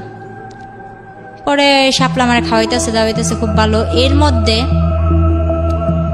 আরেকটা ছেলে, ওর নামটা আমি ভাঙতে চাইতেছি না, ওই ছেলেটাই মেসেঞ্জারে আমারে বলে, ওই ছেলেটার সাথে আমার অনেকদিন ধরে যোগাযোগ, আমার মেয়ে আছে, আমার কিভাবে সংসার ফেলায় আমি আসছি, আমার বাবা আমার মারধর করে, টোটালি সব জানে ফেসবুকে। হ্যাঁ, ওই মেসেঞ্জারে কতগুলো গ্রুপ থাকে না, ওই গ্রুপ থেকে সব জানে। সব জানার পর তারপর ও বললো কি, ওরে কিন্তু আমি প্রথম আঙ্কেল ডাকছিলাম, ওই ছেলেটারে প্রথমে আমি আঙ্কেল ডাকছিলাম। পরে ওই ছেলেটা বলে যে, আমি বলতেছি যে এক পর্যায়ে যখন আমি ওই টঙ্গী আব্দুল্লাপুরে চলে আসি, এরপর আস্তে আস্তে আমি ওই মেসেঞ্জারে কথা বলা শুরু করি, ফারুকের সাথেও আর ওর বন্ধু বান্ধবের সাথেও, আর আমার কিছু বন্ধু বান্ধব আছে ওদের সাথেও। এরকম করতে করতে অনেক বন্ধু বান্ধব হয়ে গেল। তো ওই ছেলেটা বলতেছে যে তখন আমার ফেসবুকে সবাই বাবলি নামে চিনত, তো যেখানে মারিয়া নামটা শুনে ওইখানে আমার হাজব্যান্ড ফারুক আমার ভাইরাল করে, ওই অন্য মাইশের বডিতে আমার ফেস টেস লাগায় ভাইরাল টাইরাল করে, অপমান করে। তো আমার এক ফ্রেন্ড আমারে মিম আক্তার নামে একটা আইডি খুলে দিল। তো মিম আক্তার নামে আইডি খুলে দেওয়ার পর তখন থেকে আমার মিম মিম বলে। যখন ওই ছেলের সাথে আমার পরিচয় হইল, ওই ছেলের সাথে পরিচয় হওয়ার পরে আমি বলতেছি যে এরকম এরকম, আমার একদিন জিজ্ঞেস করতেছে যে তোমার সমস্যা কি, তুমি কারোর সাথে বেশি মিশো না কেন, আর তোমার দেখলে সবাই এত অপমান করে কেন। এটা যখন বলছে তখন আমি সবকিছু ওর কাছে ভেঙে বললাম। তখন ও আমারে বললো, কয় আমারও একটা বোন আছে, ও ইন্ডিয়া চলে গেছে, ওর নামও আমার নাম যেটা, ওর নামও এটা। তো এক পর্যায়ে বললো যে তুমি যদি আমাদের এখানে আসো তাহলে আমি কাজ ঠিক করে দিতে পারি তোমারে। তো আমি এতটুকু বিশ্বাস নিয়ে গেছিলাম, আর যাওয়ার আগে ও আমার এতটুকু ভরসা দিছিল যে ওর কাছে যাওয়ার পর আমার কোনো ক্ষতি হইব না, আমার গায়ে একটা আঁচড়ও লাগবো না। যাওয়ার পর যেটা হইলো, কিছুদিন ভালো হয়েছিলাম, একটা বাসায় উঠলাম, তো ওই আনোয়ার এদিক দিয়ে আমার জন্য পাগল, শাপলারেও পাগল করে দিতেছে, ওইটাও আমি জানি না। আনোয়ারের মা আমারে ফোন দেয়, আনোয়ারের ভাবি আমারে ফোন দেয়, ফোন দিয়ে আর কি যা ইচ্ছা তাই। পরে মনে করেন ওই ছেলেটার ওখানে যাইয়া কিছুদিন ভালো হয়েছিলাম, একটা ফ্যামিলিতে যাই আমি উঠি, ওঠার পর ওই ছেলের সাথে মনে করেন ও আমার কাজ ঠিক করে দেয়, কাজ টাজ করি। পরে এক পর্যায়ে ও আমার কি করলো, আমার অনিচ্ছাকৃতভাবে ও আমার পুরোটা যাই না, ও আমার সাথে জোর কইরা মনে করেন ফিজিক্যাল ভাবে আর কি এক পর্যায়ে, হ্যাঁ। পরে এরকম করতে লাগলো, এরকম করতে করতে তিনবার আমার সাথে এরকম বাজে এরকম হয়েছে। হওয়ার পর তখন আমার মার কাছে। তো আপনি ছেলেটার কাছে কেন গেলেন? ওই ছেলেটার কাছে তো আমি যাই নাই, ওই যে আমি টঙ্গী চলে আসি, আমার বাচ্চা টাচ্চা বাবা মা সব ফালাই রেখা, টঙ্গী থেকে ও আমারে বললো যে তুমি এদিকে আসলে নারায়ণগঞ্জ আসলে। এটা যাওয়া ছেলেটার কাছে, বুঝতে হবে কোনটা ছেলের কাছে যাওয়া কোনটা ছেলেটার কাছে যাওয়া না, এটা বুঝতে হবে না। দেখেন আপনি এখন বর্তমানে কি করছেন, এটা একটু বলেন তো আমাকে। আমি বর্তমানে কিছু করতেছি না, বর্তমানে হাজবেন্ডের সাথে আপনার কোনো সম্পর্ক নাই, ফারুকের সঙ্গে কোনো সম্পর্ক না। আচ্ছা, আর এখন আপনার কিভাবে চলে? আপনার বাচ্চাটা কোথায় থাকে? আমার বাচ্চাটা আমার মার কাছে থাকে, আমিও আমার মার কাছে আছি। আর আমি চলে যাওয়ার পর আমার বাবা বাসা থেকে তাড়ানোর পর এর এক সপ্তাহ পর আমার বাবা নিজেও চলে যায়। সেটা নাইবা জানলাম। আজকে এই ঘটনাটা পুরোটা শোনার সময় আমি যথেষ্ট ধৈর্য হারিয়েছি বিকজ অফ গল্প বলার স্টাইলে, কিন্তু আমার কাছে মনে হয়েছে বলার সুযোগ দেওয়া উচিত। যারা ধৈর্য ধরে শেষ পর্যন্ত শুনেছেন তাদেরকে বেশ কয়েকটা কথা বলার জন্য, এবং এই কথাগুলো যে খুব বেশি নতুন তা না। একটা যেটা হচ্ছে কি মিম, প্রথম কথা হচ্ছে যে আপনার আসলে আগাগোড়া তেমন কোনো দোষী নাই। আপনি বর্তমানে বয়স হচ্ছে 18 বছর, আপনি এর মধ্যেই আপনার বাচ্চার বয়স 4 বছর, যাকে কোলে করে নিয়ে আসছেন আপনি, এবং আপনি যে ভাইয়ের কথা বলছিলেন সে ভাইও আপনার সঙ্গে বোধহয় এসছে। আচ্ছা, তো প্রথম কথা হচ্ছে মিম, আপনার এই আগাগোড়া কোনো দোষী নাই। আপনি যতগুলো ভুল এখানে করেছেন, আপনি বয়সের খাতিরে সবগুলো ভুলের এক ধরনের মাপ পেয়ে যান। কেন পান আমি সেটা বলি। কারণটা হচ্ছে এই 18 বছর বয়স বা 20-22 বছর বয়স ম্যাচুরিটির জন্য খুব বেশি বয়স না। মেন্টাল ম্যাচুরিটি যেটাকে আমরা বলি, মানসিকভাবে পরিপক্ক হওয়া বাংলায় যেটাকে বলি, তো সেটার জন্য বয়স তেমন কোনো বয়স না। কিন্তু এই 18 বছরে আপনার জীবনে যত বড় বড় ঝড় গেছে, সেটা সারা জীবনেও অনেক মানুষ সেটা ফেস করে না। আপনি আজকে কষ্ট করে এখানে এসেছেন, গল্পটা বললেন, এবং আমি জানি বাংলাদেশের অনেক মেয়ের, প্রত্যন্ত গ্রামাঞ্চলের অনেক মেয়ের জীবন গল্পই হয়তো আপনার মতো। তো সেই জায়গাটা থেকে আমি আপনাকে রিকোয়েস্ট করবো, মূল ফোকাসটা হওয়া উচিত আপনার লেখাপড়া। এখনো মাত্র 18 বছর বয়স, আপনি এই লেখাপড়া এবং পাশাপাশি কিছু কাজ করে নিজের পায়ে দাঁড়ানো। আমার এখনো ইচ্ছা করে পড়ালেখা করতে, কিন্তু আমি যে আজকে এখানে আসা হয়েছে আমার, ঠিক আছে আমি আসছি, ঠিক আছে আমি আসছি, কিন্তু আমি যাবো কি করে এটা কিন্তু এখন আমার ঠিক নাই। মানে আপনি অর্থনৈতিক সাপোর্টের কথা বলতেছেন, হ্যাঁ, কিন্তু আপনার ইচ্ছা থাকলে সেটা সম্ভব। মানে আপনি যদি ইচ্ছা করেন, এখন হ্যাঁ আপনি বলছেন আপনার সামর্থ্য নাই, কিন্তু আপনার, আমি যদি মনে করি সামর্থ্য নাই, তার মানে আপনি বসে থাকতে পারেন না নিশ্চয়ই। আপনি নিশ্চয়ই খাওয়া দাওয়া করবেন, তার মানে আপনার মানে খাওয়া দাওয়া বলতে যেটা বোঝাচ্ছে আপনার 3 বেলা ঘরে খাবার নাই, তার মানে আপনি মরে যাবেন না নিশ্চয়ই। খাবারের ব্যবস্থাটা নিশ্চয়ই হয়ে যাবে। ওই যে আপনি বললেন না যে টিন, পাশের প্রতিবেশী আপনার টিন কেটে খাবার দিতে আপনাকে 1 মাস, আল্লাহ আপনার রিজিক রেখেছিল বলে আপনি খেতেন।